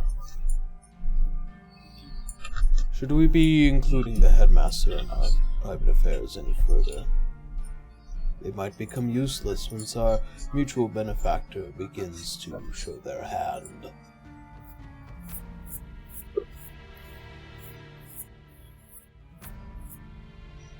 He'll be in the loop just long enough before it becomes out of hand. The headmaster will become useless. In the meantime, just move the students below the school as planned. Lena.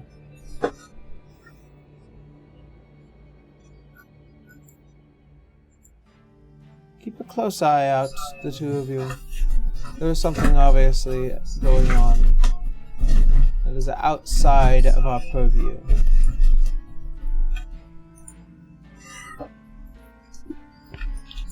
Three nod heads, and they begin to split for the night. As Catalina walks away into what is that main courtyard, and the general leaves out through the front of the school. Catalina stands there, just quietly waiting. Before another figure begins to approach. An individual with long white hair and blue eyes.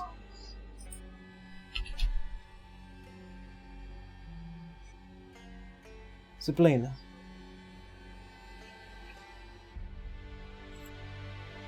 You've been gone for quite a while. I would have hoped that you would have made an appearance tonight. Put an end to all of this. The benefit of what I am giving a lot of you is to figure out what it is that they are building beneath this school.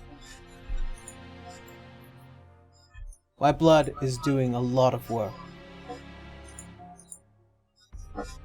But as soon as that well dries up, I need to know exactly what it is that Toriel and Sakone are planning.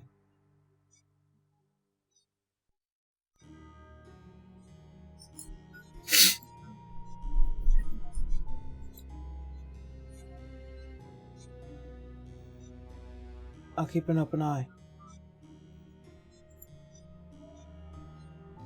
Thank you, Sabrina.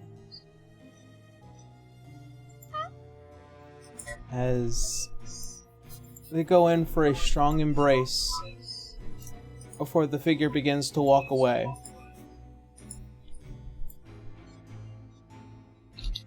Almost as if slipping through the shadows of the night.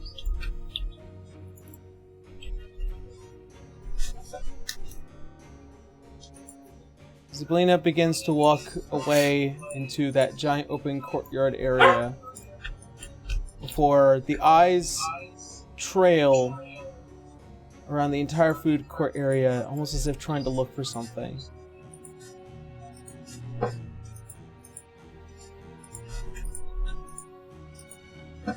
They nod for a bit and then they head back into the center building. And the end of the night comes.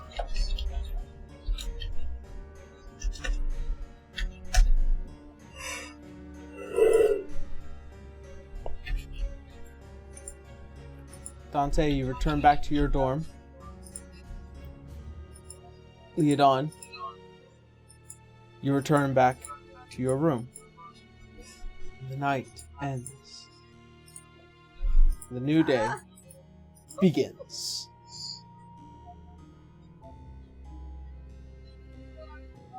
Wait, so you're saying it was in the food that was making them tired? Did we not just do that tonight?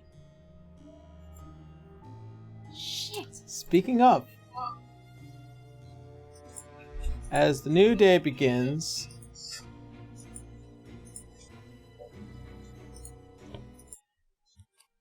I need Dante and Cirta to make me Constitution saving throws. Ah, fricky fruck. Oh! Okay. Yeah, you guys are fine. Fuck. Woo! I mean, con saves are not my strongest, but yeah. Strong enough. Alright. Oh, I get advantage on those too.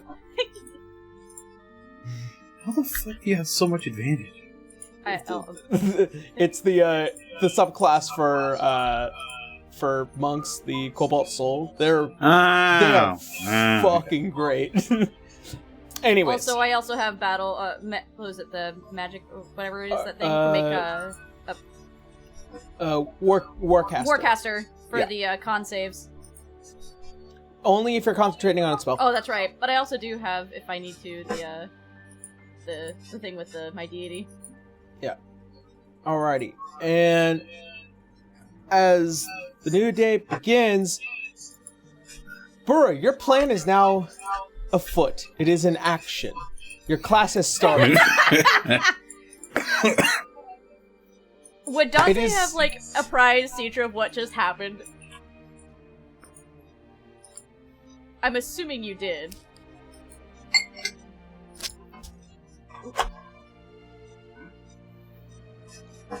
You're coming in weird. There. Oh, there we go. What was it you were saying?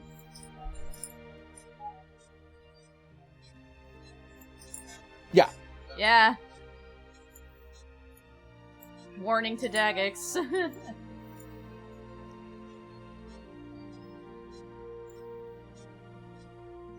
He will what? He what? He would say that. Yeah. Yeah, and like I said, I think that night Cirta would have tried to at least try to get a warning out to him.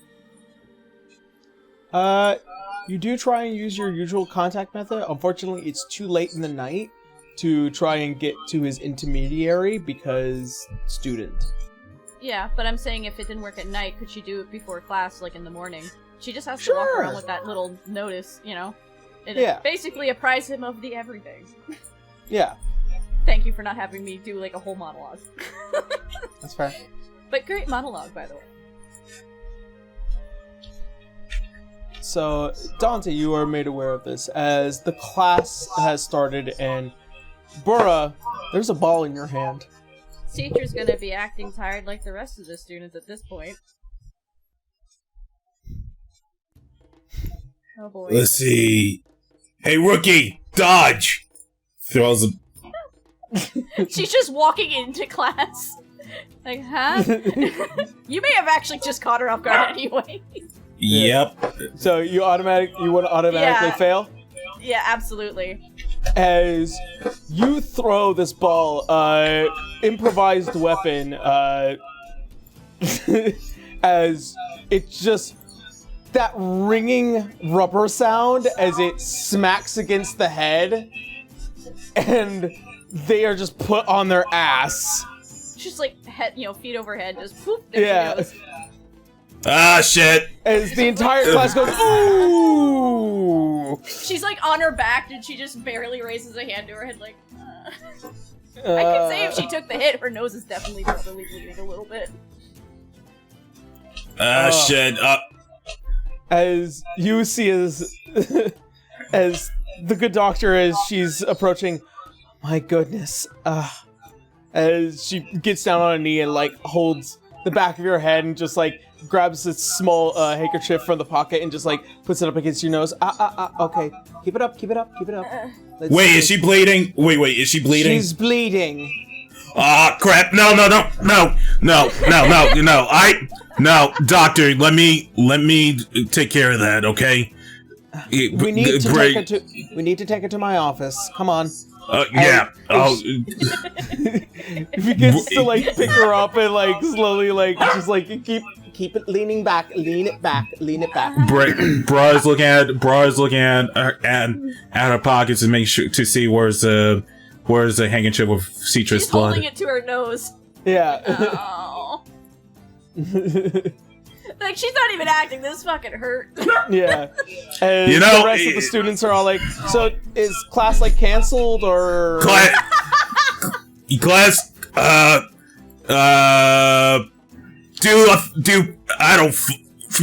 it's canceled. Just do whatever. I don't fucking care. Just do whatever. as the class goes, yeah! They all split and go to the courtyard. You remember that TikTok I sent Fucking assholes. Anyway. As you are led with the doctor, Citra, and yourself, as Mr. Takano begins to kind of make your way down the hallway. Dante, you're free to join along as you are family and are welcome to. My keep twin! You should probably join because you should Mr. probably. Sleight of hand. No, you should probably join because you could probably grab those records if I can't. Yeah, Mr. Sleight of hand rogue. Oh God! as the lot of you is just like, so you're Mr. Anderson? Okay. It begins to like take them into the office as they open the door and just like lay them down on one of the large beds and just She's like now seeing keep like it, 5 hold it. people. Yeah, it's just like hold it, and just keep it there. Just keep it there. And she begins to do a medical checkup on you. In the meantime, Dante and Bruh, you are going to try and look for certain medical records. What is it that you are explicitly looking for?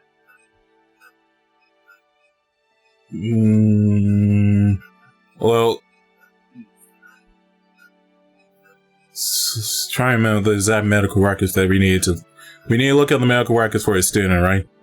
Yeah, we were looking for the white-haired, blue-eyed person that happened to show up last night. Let's see, right here, blue-eyed. So you are sounding really robotic, Jade. You're coming in really robotic. Leave the call and join back in real quick. Oh yeah, there you go. You're fine. Yeah, you're fine. Yeah.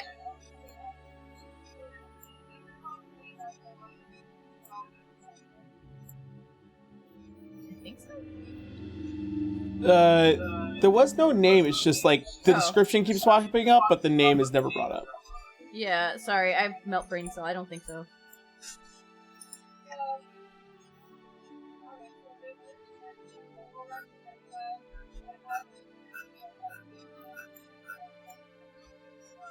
Yeah. Okay. I mean, good luck. No. Well, no, literally it a was few months last ago. season, so. Yeah.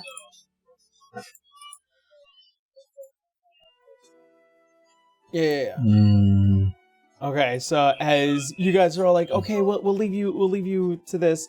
You two look at each other and it's just like, let's do it. Yeah, Citra's just on this bed, just like. Yeah. Wait, I'm pretty sure. Let's see, I'm trying to remember. Is this? What's your name again? I keep forgetting your name. He points to Citra. Malinka. Ow. Malinga. Malinka. Malingu. Okay. She's glaring behind the tissue, like. Let's see. She's actually mad. Are there any medical records? Are there any medical records showing if you have like some sort of condition? I'm a little concerned because that bleeding looks really bad. As the doctor like leans back, could you pull out Malinka Anders' file just for me? It's the first all the new season records should be there, and the old seasons will be next to it. But I just need the new ones. Okay, so Bruh does that, and the records for the other students should also be in the new records as well, right? Or the old records. She's pointing out that there are 2 records to not make a mistake. The newest records will be to the left, and the last season records will be to the right. And as you are going to falsely look for Malinka's, and I'm gonna have both you and Dante make. Well, okay. Sleight of hand. No, we'll get to that in a second. Dante and Bruh both make investigation checks. Thank God it's not me. It ain't. Well, I failed. Yeah. You slam yourself, Bruh, onto the new records and just like begin to, okay, Malinka, like you're pretending as much as you possibly can, but like also trying to like look at like the names and everything. And you, Dante, you begin to look at some of the last season records of some of the students, and you find one that kind of has the name of Alois Azure. It is Antoinette Azure. That bastard. Of course, Yeah. he went fabulous. Creative. The rest of us are just gonna deadpan stare like, really? Yeah. Yeah, as...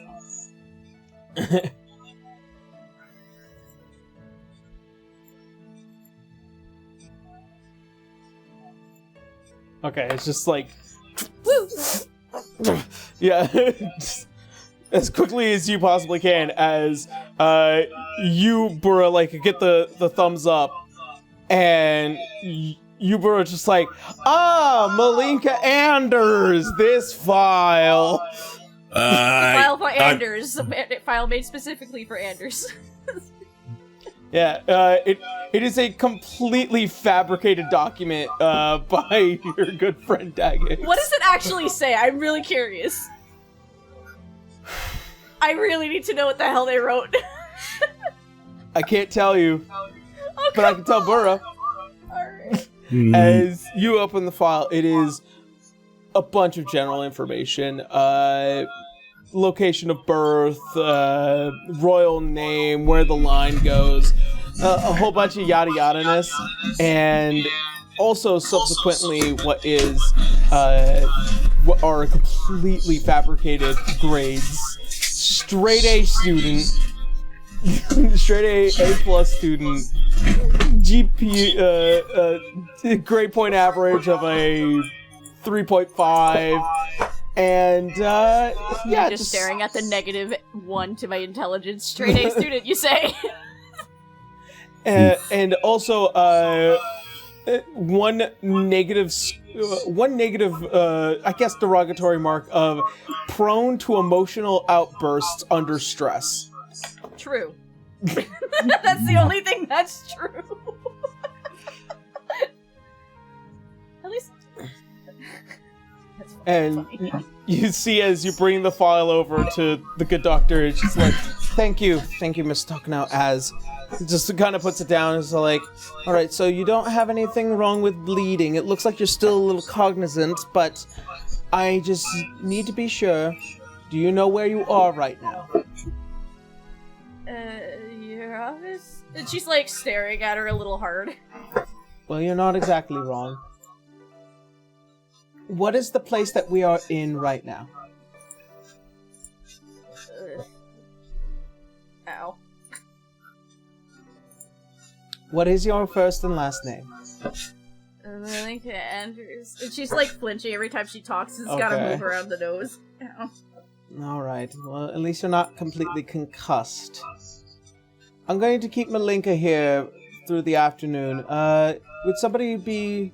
would take care into letting her teachers know that I'll be holding her at least for the next few hours? Teacher's sweating on the inside. That's not something they planned for.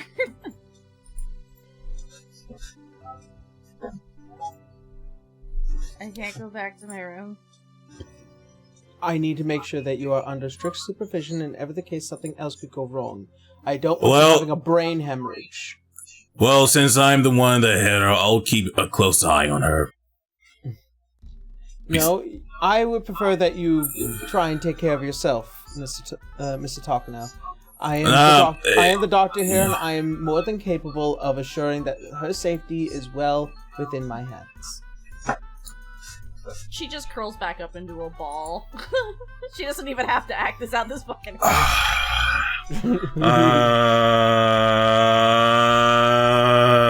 I'm assuming taking the hit is as bad as taking, a nat 20 hitting you. Hey, alright, fair enough, Doctor. By the way, do you mind that handkerchief? I can throw that in the trash for you. Oh, as she pulls it out, it'll be perfectly fine. Thank you, as she hands it off to you. Alright, cool. Alright, I'm going back to do my teacherly duties. Okay, so you're not sweating so much. Alrighty. Well then, as the three of you are beginning the process of hopefully trying to wiggle your way out of this situation, the two of you leave, and Malinka is left here with the good doctor. Ah, my goodness. That one is reckless. Uh-huh.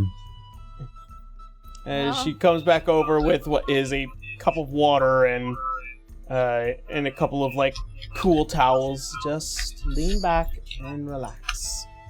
Thanks. Do I need to contact your parents in ever the case that something had gone wrong? I don't know, probably. Alright, well then. I'll be sure to have something sent to your mother. Thanks. Just write it out, bro. Alright, so I have the citrus blood. The teacher doesn't have. Yeah, the teacher doesn't have it. Alright, cool. Alrighty. As you two are making your way out of here, I'm gonna say, considering Citra's day is what it's gonna be, and she took the hit for the team, man. Yeah, Burra's day is coming to an end. Leodan, I need you to make a nature, survival, and persuasion check. I'm just teaching my classes. Where's Citra? Oh no. Sorry, you said nature, survival, and what? Nature, survival, and persuasion. I see. Here's the nature. 16. Okay. Survival. 23. Persuasion. 17. Okay. You have a strong and attentive class. However, it is to note, 2 students are missing. Actually, 3 students are missing. Huh? There is no Citra here today, but you were informed by a friend that she got battered by a ball. Had an accident. Yeah, an accident. However, you notice that Nora and Bedham are not here. No. Bedham, is that the Goliath? No, he's the Minotaur. Nora and Bedham. Citra's 2 friends.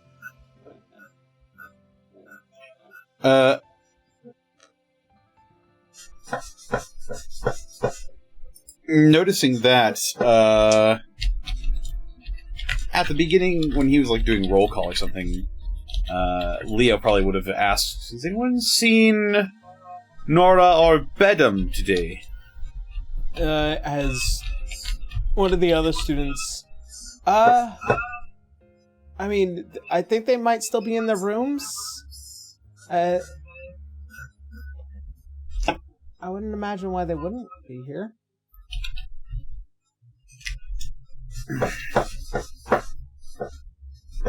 And one of the other students is like, I also didn't see them in combat class today.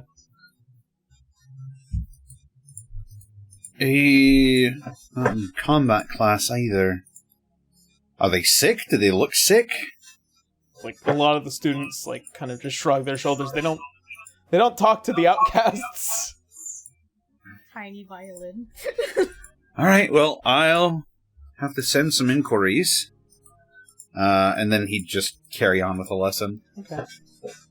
As your lesson quickly comes to a close, you see as Catalina, as she makes her way over to you. Another wonderful class. I appreciate it, thank you. I wanted to quickly inform you of something, however, as I've noticed that you were asking for some students. The paperwork isn't done, but unfortunately, Mr. Bedham and Miss Nora will not be attending here at the Academy anymore. Oh, did something happen? Well, as far as I am aware, they have been moved to a better school up to the north within Al-Anon. Unfortunate. And Mr. Bedham has been given a full ride scholarship in hopes that they might find that his transmutation magic will be more better used instead of practicing such unnecessarily here at the Academy. So worry not about them any further. Nora was the one that I suggested had talent, Yes. right? He sort of strokes his chin. Oh, well, that is great to hear for their futures. It sounds like things are really moving up for them. Just a shame. It seems like you had such plans for them.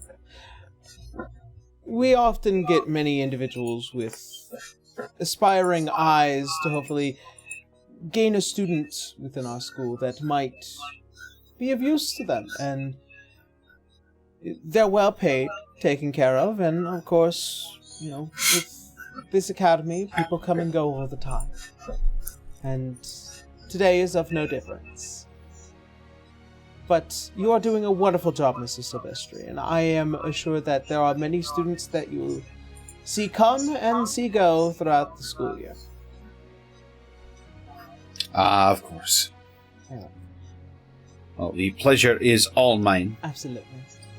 Well then, I hope you have a wonderful day. I must return back to my work. You as well. That is all. You as well. As she says that, she turns and goes back to her office. Left with the revelation. Just immediately when she turns to leave, his expression immediately falls, becomes serious. Alrighty. Dante, for your day's class, I need insight, performance, and sleight of hand.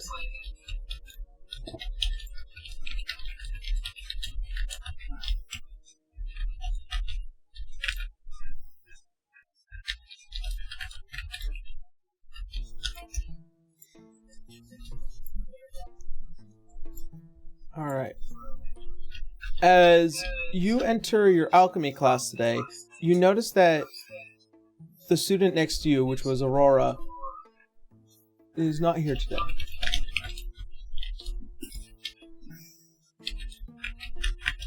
As you try and do your best in be able to create any concoction, you don't find yourself too lucky today, but you've begun the process in figuring out what will hopefully might be a potion or alchemical an alchemical mixture to produce a flaming breath, should things continue to go well. And as for the rest of your classes, they generally go by without problem. Now, Citra, Uh-huh. as you are far more cognizant than you were this morning. Yeah, I mean, after that wake-up call. As you can see a Dr. Sakona as she comes over. All right, it looks like you are looking better. Yeah, thank you. Not a problem. Well then, will you be able to make it back to your dormitories without any obstructions? I mean, I should. I don't think I got hit that hard. Fair enough. It's a little embarrassing. I can just usually heal myself, but that hit hard.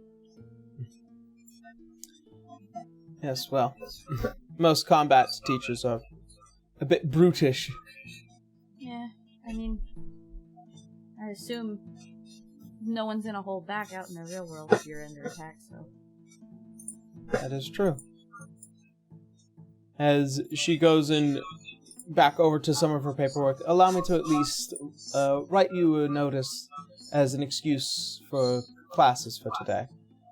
Thank you. I appreciate it. While she's writing a note, make a perception check. Oh boy. 14. 14? Could I add my guidance to it? Sure. 18. Ooh, okay. Your eye begins to kind of just drift along the entirety of the desk. However, there is a picture. And next to what looks like to be several pieces of paper that kind of just, like, that kind of splay across it, so it's just like a picture of herself just standing there with are these cold yellow eyes and what seemingly might be a figure that's kind of just wrapped its arm around her in that photo, but like you would have to move things out of the way to get a full picture. She can't exactly do that without seeming weird. Like, can she see at least some of the detail on the arm itself? It's big. Big arm. I mean, I guess if anything, I think she'd just try standing and moving around just to kind of stretch her legs, I guess, without seemingly odd. Okay. Are you gonna try and move some of those papers? I don't think she can. It's up to you. I mean, she can turn around and be like, oh, I'm so sorry, the tail hit it. A little dizzy. I guess, right? It's up to you. Well, I mean, it's gonna be obvious if she used magic, so... Yeah, everything is a vocal component, so yeah, I'd say she'd kind of, like, turn and accidentally, like, tap it with her tail a little bit, and she'd be like, oh, I'm so sorry, and try to, like, pick it up afterwards. Make a performance check. Cool, I have advantage on it. 17. Okay. As you notice that you go and you turn around and you kind of stretch a bit, and your tail flips one of the clipboards, and it knocks some of the many pages over, and it slides down, and it reveals the whole picture. As you turn over, it's like, oh my goodness! I'm so sorry. And she's like immediately picking stuff up. Oh no, it's fine. I'm a bit messy sometimes. As she begins to pick up some of the pages with your passive perception, you can see there are in that photo this large Orcan man who looks highly intelligent. What are these spectacles that have to go over this large bridge of a nose? And those long black dreadlocks that kind of just go on for quite a bit. It's a little short, probably somewhere around the shoulder blades. Dr. Sakone with those yellow eyes and holding in her arms, cradling a half-Orcan baby. Oh my. I guess to peer into this a little bit, she'd just, like, look up for a second, she'd be like, oh wow, you have a really nice photo there. As she looks up and turns, as she takes the photo and she grabs the whole frame and she turns it backwards and then puts it back down. Oh, sorry to be prying into something painful.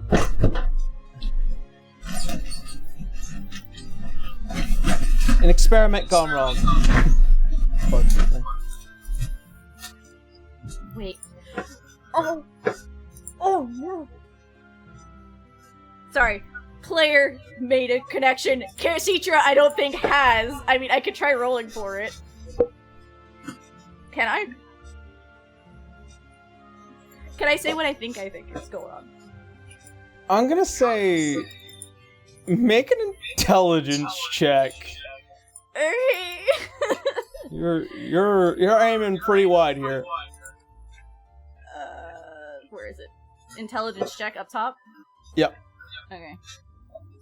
That's a nat 1. Never mind. My curse is back, guys. Woo! You feel like in the back of your mind's eye, not a single thought between those ears. I mean, she did take a ball to the face today, so. Yeah, it's a pretty photo with something going on there. Yeah. And then it's just like, the day's too fucked up. Donna's human, right? She is human. Yellow eyes are a little odd. Yellow eyes are a little odd for humans, right? Correct. Yeah, I think if anything, Citra would just kind of like, as she's helping, she kind of notices for a minute there, and she's like, your eyes are really pretty. I don't think I've ever seen yellow on humans before. These were a gift. This was an experiment gone right, to see if it was the ability to try and give human beings the capacity for sight in the dark. Oh, dark vision. Correct. That's wild. Sorry, I'm just I asked a lot of questions. I'm so sorry. Either which way, I believe you should be heading back to your dormitory, Miss Anders. The note? Yes. She turns back around and she begins to write down the note and then hands it to you. Provide these to your teachers tomorrow and they'll see fit to excuse you. I will also be having words with Mr. Takano to assure that you sit out tomorrow to recover. Okay. Thank you, I really appreciate it, man. She gives like No a little problem. polite bow for a second there. And then off she goes. Alright. Y'all, I'm about to tell you some stuff once we're done. Okay, alright. So the brain cell is slightly awake now. And with that, all of you, as I'm going to make an effort to have you all convene back at, probably not before, like a little bit before bedtime, back into Bruh's classroom, as the rest of you proceed forward and distribute the information you have gathered throughout your investigation. I'm assuming, especially when people get smacked real hard in the nose like that, like her eyes are a little purple under them and all that, just from the swelling and all that. It's gone down quite a bit, but you can tell. Oh yeah. As the four of you now standing in Bruh's classroom, just like, I don't know. You all describe to me what's going on as you meet up together. Just see Trick walking in, it's just like, it just, ow.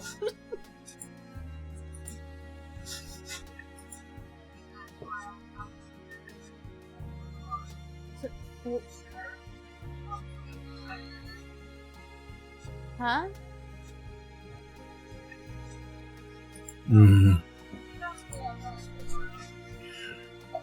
Oh. For once, something went according to plan. By the way, Bruh hands Citra a bloody handkerchief. She just quickly tucks it like, thank you. Mhm. That wasn't acting, I'll tell you that. One of our few hitchless plans. Yeah. So what happened? Because I was kind of locked in the creepy doctor's office. I mean, like Dante said, we managed to get the records. And? What did you learn? I was kind of incapacitated for a bit. Dante?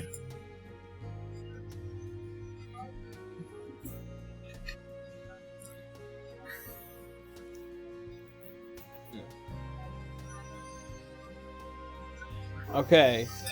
So, as far as the file goes, you begin to see a lot of stuff, especially with your trained eye with forging documents, Dante.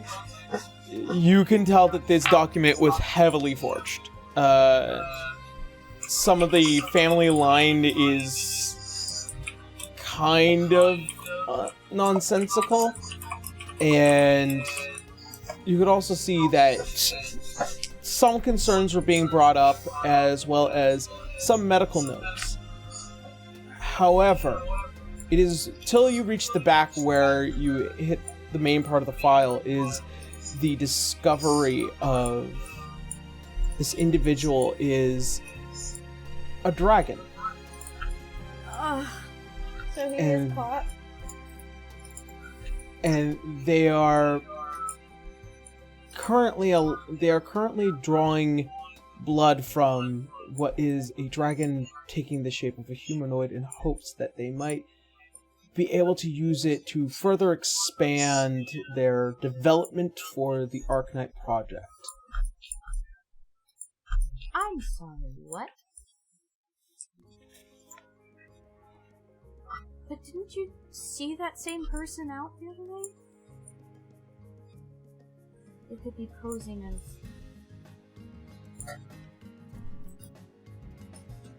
So why would... Say that one more time, you cut out.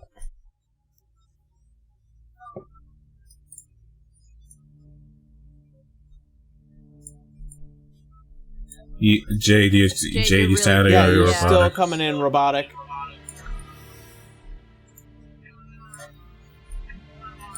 There we go. There you Yeah, go. better. Oh.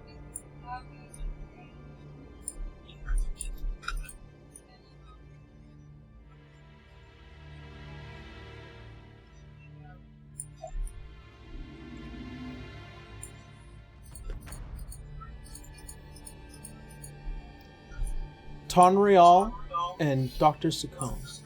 Tonreal's the one we were looking for. Or... So, that Igwelf person is working with Asher?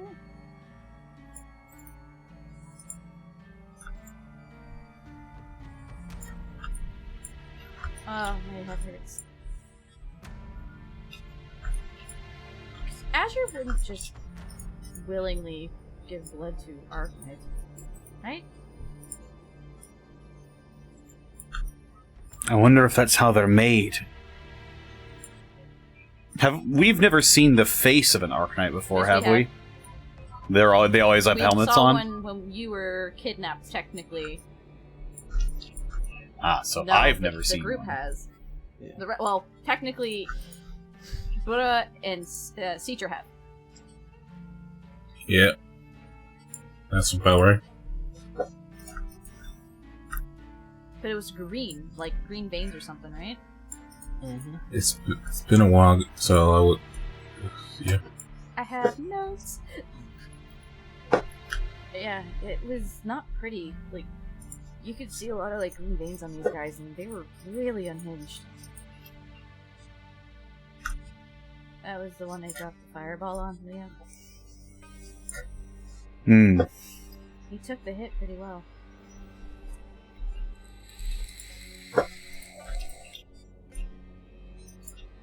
But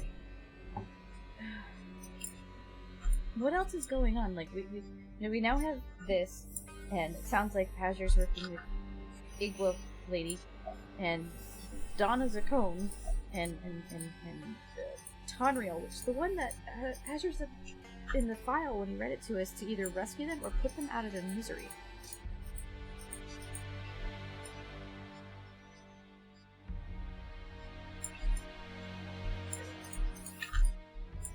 It was just the black filer that we had before we went to Celsius. It was a professor. But it's also a black filer, so Azure did know them, I guess.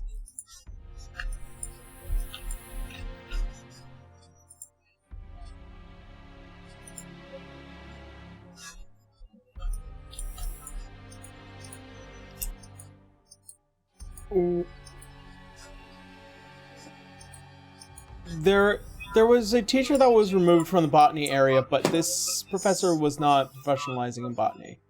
The one that you attend for your alchemy class was the one that was also recently replaced. As far as like what might be above game, that's speculation.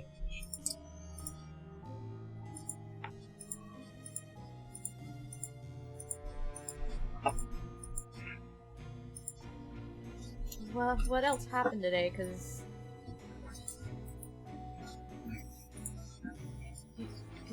Dante told me that students were going to go missing. And indeed they have. A human woman and a minotaur lad that I recommended. Nora and Bedham? Nora and Bedham, yes. They've transferred all of a sudden. Yeah, I'm not following that on her face. There's no way they were transferring. They were literally studying for these heavy exams. Yeah, that's what I'm thinking as well. They were taken, like that meeting said they were going to do. But that's 2. Who are the other 5? Or other 3? 3.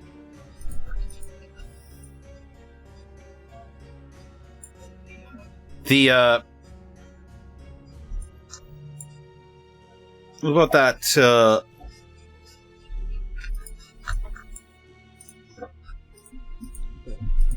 What was that, Connor? he's just gonna say that lad that was being, handpicked for the Arknight program. Did you want to see him today? Did we? I mean, I didn't see it. That would be with Bruh and Dante, because Citra, you were out all day. You two make a history check. Okay. I mean, she did walk into the class. Yeah, Alright. 20. 3. Holy shit! 3. That was just a flip. Dante, you would have noticed that Greymorn wasn't there. So, it's Nora, Bedham, Aurora, was it Greymere, right? Grayson Wildmere, yeah. Grayson Wildmere, sorry. Yeah, my bad. Who's the last one? That's 4. Nobody that you guys would have noticed. And they said it was in the food. That means they're definitely going forward tonight, so all these students are down below us. So, what are they cooking? We have to get this. We have to at least figure out what Dagexes want us to do at this point. We can't just go down there all willy-nilly like last time. They're already on guard since you guys hurt the monster last time and it's alive again.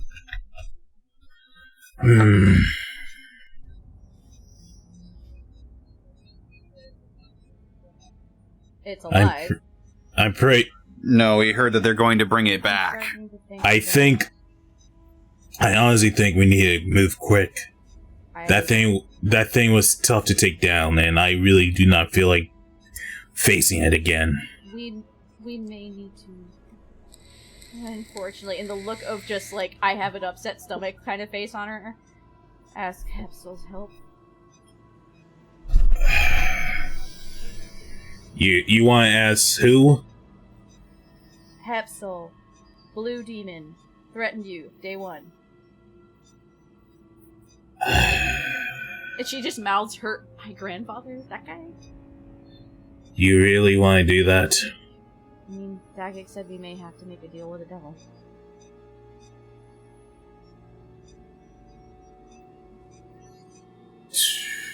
Let's not rule out our other options just yet. We have allies other than him. And she looks sad. She's actually really worried about her friends.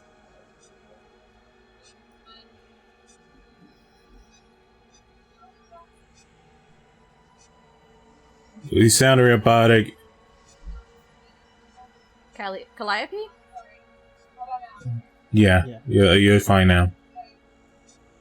Calliope. No, you're not.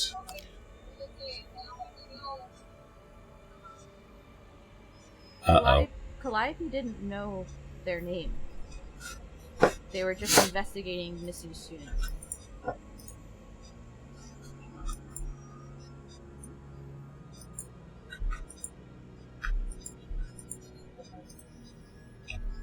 Yeah, you could. Maybe we should go back to our dorm rooms and do that, and you guys try to get in contact with Daggett to see what the next move should be. Because this is moving a lot faster than we planned.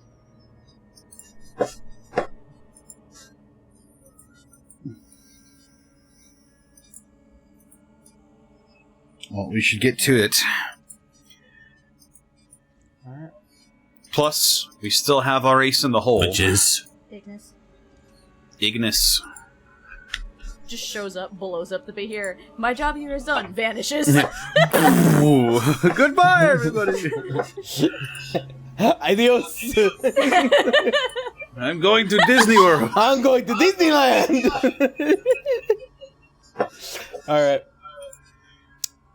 As all of you begin to prepare and make your plans, you guys reach the next day.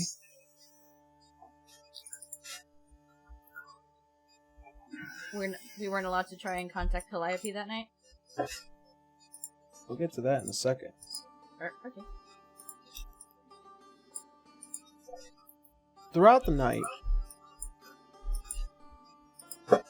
some rustling is heard. Dante, you are awoken.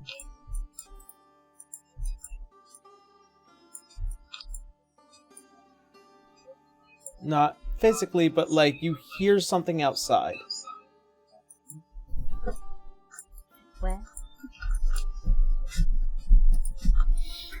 Huh? Alright. As you exit out of the room, you can see with what is a low-lit lantern as you just crack the door open.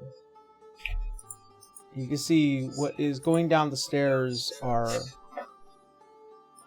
these rather large bodies carrying away what looks like to be still sleeping but unconscious students.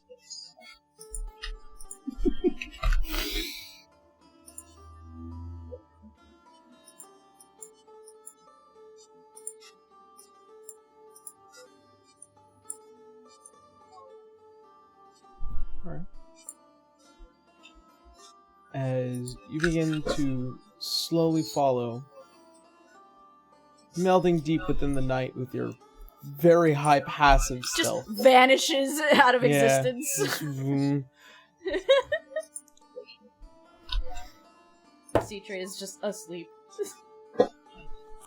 You follow these figures slowly as they make their way into the center building and carefully Damn. Fucking stealth. You got stealth on one hand and infinite perception on the other. As you look where that end of the hallway where you guys had entered to assault that be here, you can see those figures beginning to take those students down below again, and the wall closing.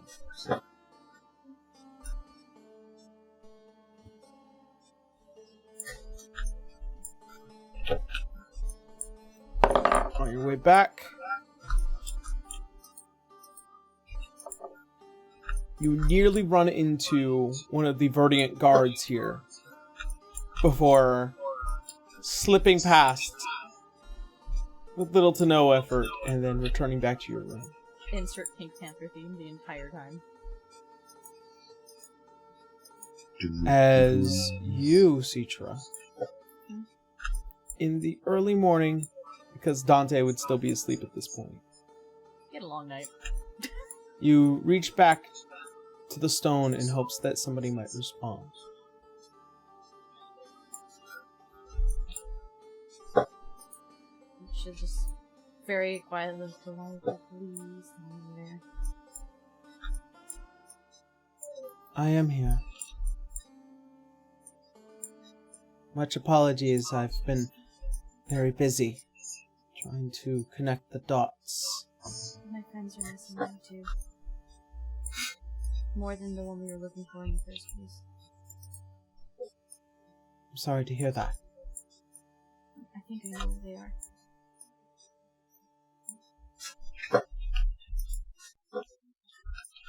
Where? First things first, though, how much can I trust you? A lot of scary things are happening.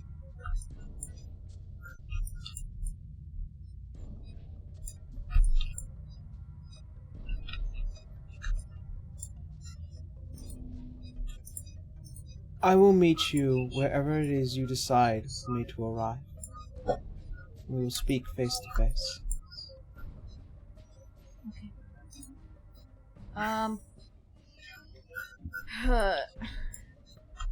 What would be what would she know would be a good place during the day, I guess? They've been there a few. The back of the school is also pretty nice. The back of the school is pretty secluded. The food court's always packed, but like, you know, under the guise of more people. I think she'd probably go with the back of the school, probably having heard how Dante made his way back there. It just seems pretty secluded enough. Okay. Would she be able to wake Dante to go with her, or no? This is just her. I mean, Dante's involved. So. Yeah, so she'll nudge him awake after telling her the back of the school. Morning hours are probably best right now.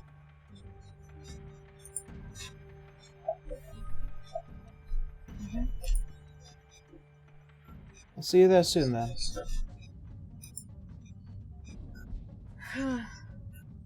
She puts the thing down. She's like, I don't know if I'm doing the right thing or not.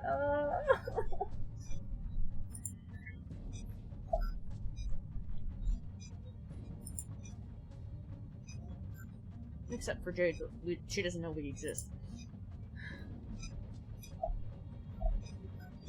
I think Citra would try to see if she can get a hold of the in-between guy to let them know where they're about to be and who they're meeting with. Always have a backup plan. Yeah. As you meet the kid with the large ring glasses. The unfortunate haircut. Yeah. I'll be right back. Yeah. And then after about 10 to 15 minutes, and you're given another note. Just keep an eye out to the north. Understood. Thank you.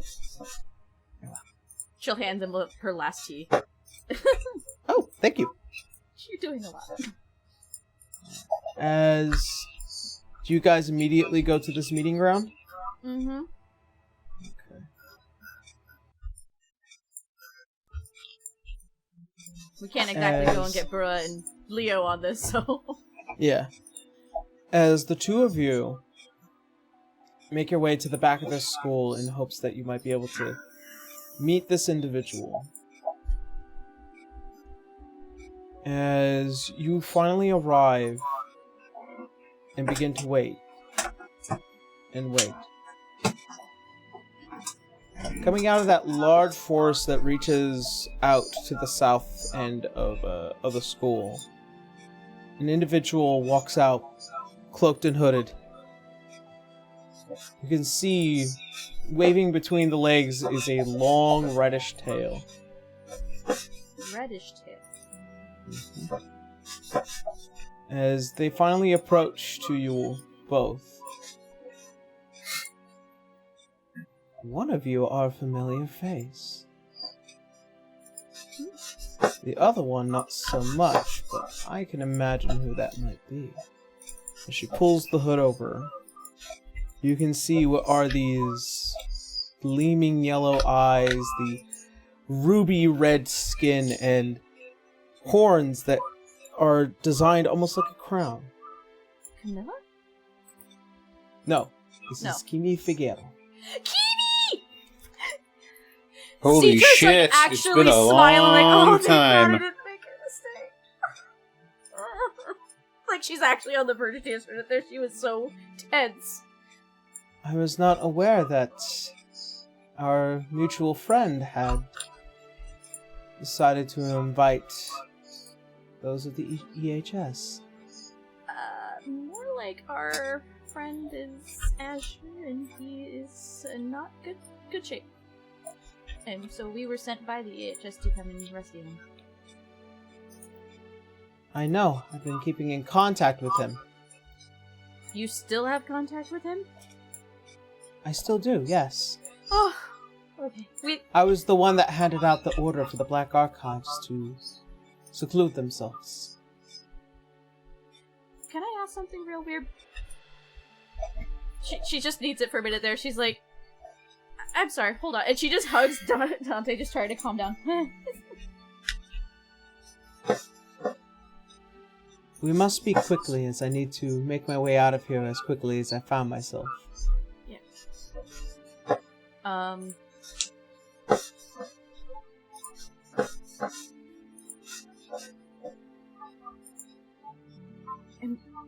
And one of the teachers looks like April. It's a little scary. It's complicated, and... Well, let's start from the beginning. As she takes a deep breath, she begins to explain everything that has happened and what is going on. But we will find out more about that next time. I finally took that leap of faith and it worked! Alrighty. This is the turning point, you guys. We did it! High five, Jade! Nice. Fuck off, Mephistopheles. We don't need you anymore, bitch. Bitch! Oh my Alrighty. So we're gonna go ahead and jump on into some very quick announcements, and then we will go ahead and head on off. So first and foremost, as per my announcements, I have some relatively good news. I am moving forward on getting How to Be an Adventurer stuff done. I'm expecting either a May release or a June release, depending on where things are going. This has been a very complicated start of the year. I really, really wish that it did not take me a year to come out with the How to Be an Adventurer episode, but unfortunately it did, and I'm going to try and release as many as I can this year. Please excuse my hiccups. But yes, so much is being done. I'm also streaming Mondays, Wednesdays, and Fridays, and we just finished up Pokemon Violet and Scarlet. Me and Blue. We're doing mode. Yeah, technically, and we'll be doing some more. We'll be doing some more of the end game stuff later. So there is that. Also, I'm going to try and come out with a video towards the end of the month, as I am finally ready to start releasing some of the content that I have been making. Now that a lot of my responsibilities have finally been pushed to the wayside. That being said, I think that's pretty much it for me. So that all done. Blue, how you now? I'm feeling a little bit better now that I know who the fuck is on the other end of that damn phone. Or Stone of Farspeech. Anyway, hi, it's Blue. Blue Casadante. You can find me on Twitch and Twitter by that name. Not much really going on, just getting commissions work done. They are open if you want to ask me for the one. You can either PM me on Twitter, or you can actually click on my Discord link, which is in my bio on Twitter for that as well. I have a few projects I'm working on for Aaron, and probably a lot more Levy later on down the road. This is my life. Other than that, I don't think I have much going on, except we're very soon we'll have the final episode of C4 on the 24th of this month, and it will be live on YouTube. It'll be live on Twitch and YouTube, so if you want to go see it, go burn out Vaughn's channel and go check it out. It's literally the finale. That's it. It is done. Yes! Connor, your turn. Oh boy, it's me, a Distortion Devil. I play Leodan, Firbolg Druid. You can find me on Twitter, Twitch, Druid? YouTube.com/Distortion Devil. You said Druid. You Yes, you said did. Did I say Druid? Happened again. Well, no, I'm not a Druid. I am a Ranger. It's a long day. They can find me on Twitter, Twitch, and YouTube.com/Distortion Devil. I stream Tuesday. That's right, Banjo. That's I stream not Banjo. Tuesdays, Fridays, That's Saturdays, Lo-Fi. and Sundays. That's right, Lo-Fi.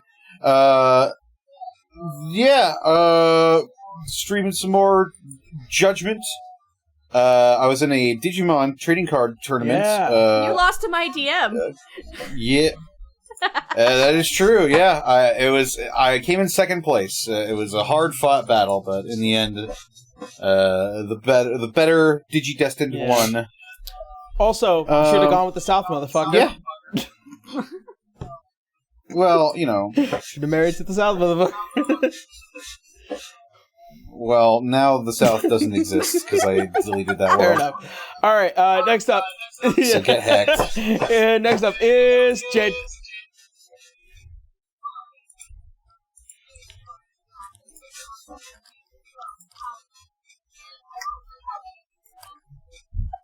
All right. All right, back to you. And last but not least is my good friend Daito. How you now?